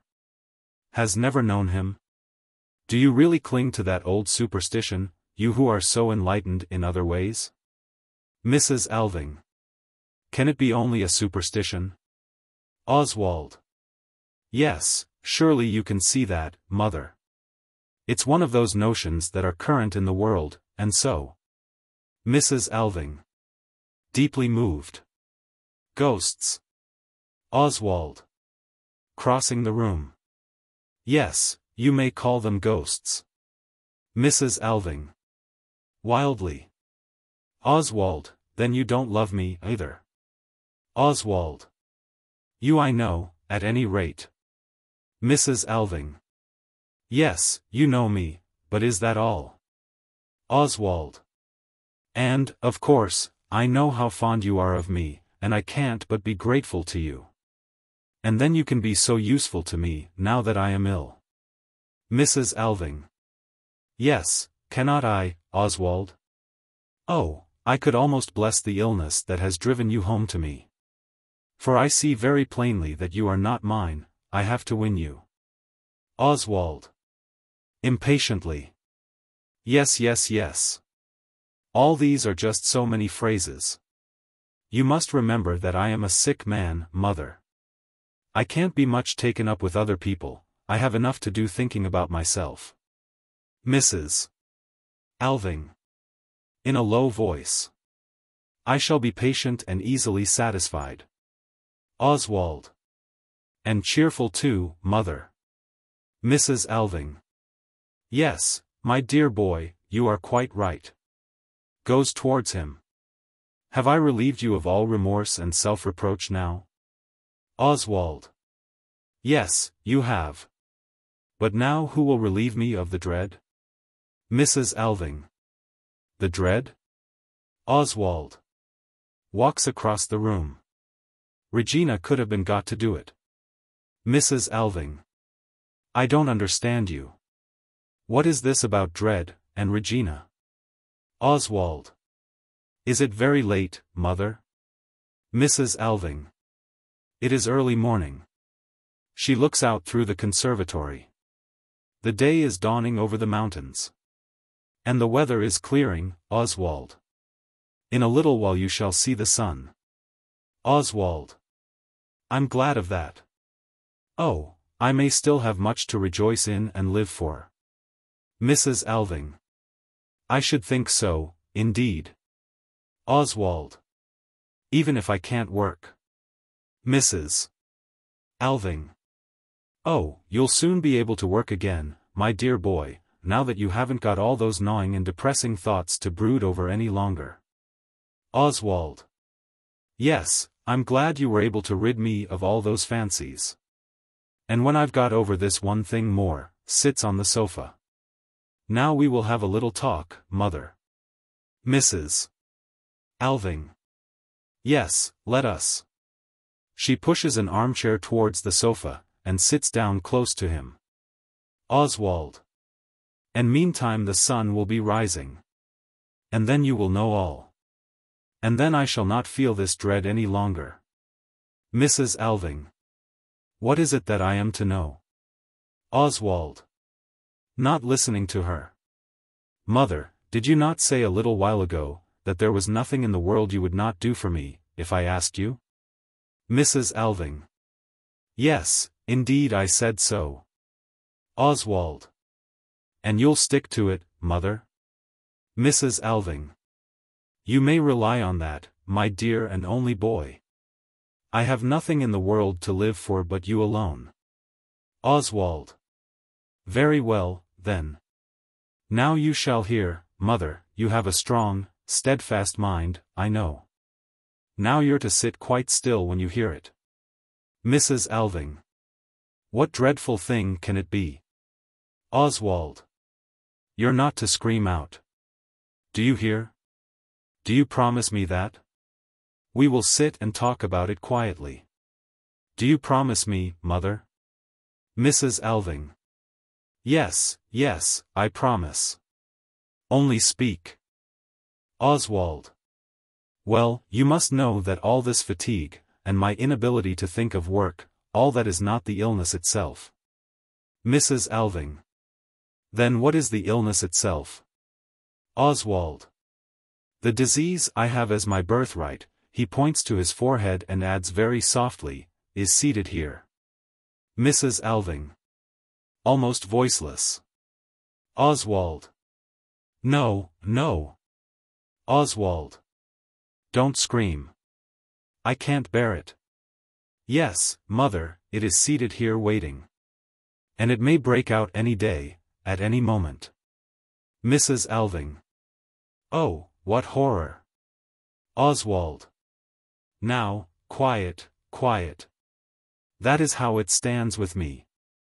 Mrs. Alving. Springs up. It's not true, Oswald.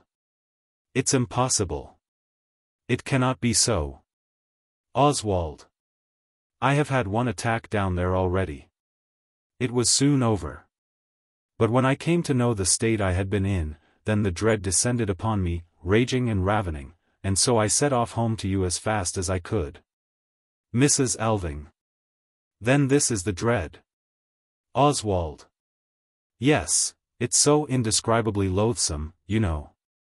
Oh, if it had only been an ordinary mortal disease. For I'm not so afraid of death, though I should like to live as long as I can. Mrs. Alving. Yes, yes, Oswald, you must. Oswald. But this is so unutterably loathsome. To become a little baby again. To have to be fed. To have to, oh, it's not to be spoken of. Mrs.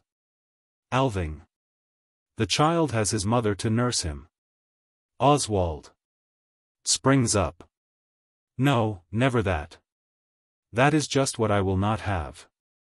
I can't endure to think that perhaps I should lie in that state for many years, and get old and grey. And in the meantime you might die and leave me. Sits in Mrs. Alving's chair. For the doctor said it wouldn't necessarily prove fatal at once. He called it a sort of softening of the brain, or something like that. Smiles sadly. I think that expression sounds so nice. It always sets me thinking of cherry-colored velvet, something soft and delicate to stroke. Mrs. Alving. Shrieks.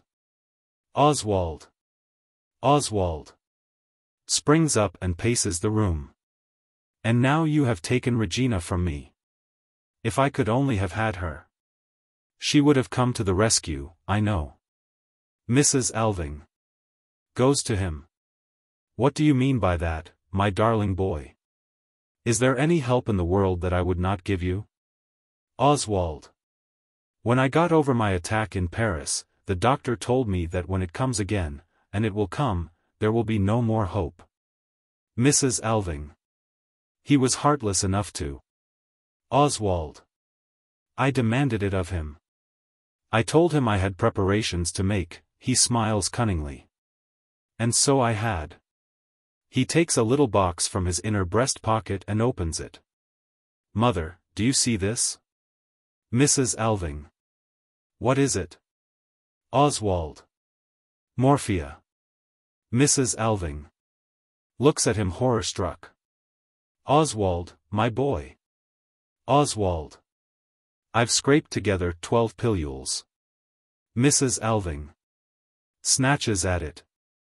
Give me the box, Oswald. Oswald. Not yet, mother. He hides the box again in his pocket. Mrs. Alving. I shall never survive this. Oswald. It must be survived.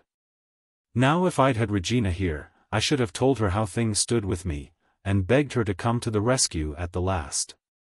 She would have done it. I know she would. Mrs. Alving. Never. Oswald. When the horror had come upon me, and she saw me lying there helpless, like a little newborn baby, impotent, lost, hopeless, past all saving. Mrs. Alving. Never in all the world would Regina have done this. Oswald. Regina would have done it. Regina was so splendidly light-hearted. And she would soon have wearied of nursing an invalid like me. Mrs. Alving. Then heaven be praised that Regina is not here. Oswald. Well then, it is you that must come to the rescue, mother. Mrs. Alving. Shrieks aloud. I. Oswald. Who should do it if not you? Mrs. Alving. I. Your mother. Oswald. For that very reason. Mrs. Alving. I, who gave you life. Oswald. I never asked you for life. And what sort of a life have you given me? I will not have it. You shall take it back again. Mrs. Alving. Help. Help. She runs out into the hall. Oswald. Going after her. Do not leave me. Where are you going? Mrs. Alving. In the hall. To fetch the doctor, Oswald. Let me pass. Oswald. Also outside. You shall not go out. And no one shall come in. The locking of a door is heard. Mrs. Alving comes in again. Oswald. Oswald, my child. Oswald follows her. Have you a mother's heart for me, and yet can see me suffer from this unutterable dread? Mrs. Alving, after a moment's silence, commands herself, and says, "Here is my hand upon it." Oswald. Will you? Mrs. Alving. If it should ever be necessary. But it will never be necessary. No, no, it is impossible. Oswald. Well, let us hope so. And let us live together as long as we can. Thank you, mother. He seats himself in the armchair which Mrs. Alving has moved to the sofa. Day is breaking. The lamp is still burning on the table. Mrs. Alving, drawing near cautiously. Do you feel calm now? Oswald. Yes. Mrs. Alving, bending over him. It has been a dreadful fancy of yours, Oswald, nothing but a fancy. All this excitement has been too much for you. But now you shall have a long rest, at home with your mother, my own blessed boy. Everything you point to you shall have, just as when you were a little child, there now. The crisis is over. You see how easily it passed. Oh, I was sure it would. And do you see, Oswald, what a lovely day we are going to have? Brilliant sunshine. Now you can really see your home. She goes to the table and puts out the lamp. Sunrise. The glacier and the snow peaks in the background glow in the morning light. Oswald sits in the armchair with his back towards the landscape, without moving. Suddenly he says, "Mother, give me the sun." Mrs. Alving, by the table, starts and looks at him. What do you say? Oswald repeats, in a dull, toneless voice. The sun. The sun. Mrs. Alving goes to him. Oswald, what is the matter with you? Oswald seems to shrink together to the chair, all his muscles relax, his face is expressionless, his eyes have a glassy stare. Mrs. Alving, quivering with terror. What is this? Shrieks. Oswald. What is the matter with you? Falls on her knees beside him and shakes him. Oswald. Oswald. Look at me. Don't you know me? Oswald. Tonelessly as before. The sun, the sun. Mrs. Alving springs up in despair, entwines her hands in her hair and shrieks. I cannot bear it. Whispers, as though petrified. I cannot bear it. Never. Suddenly. Where has he got them? Fumbles hastily in his breast. Here. Shrinks back a few steps and screams, no. No, no, yes, no, no. She stands a few steps away from him with her hands twisted in her hair, and stares at him in speechless horror. Oswald sits motionless as before and says, the sun, the sun.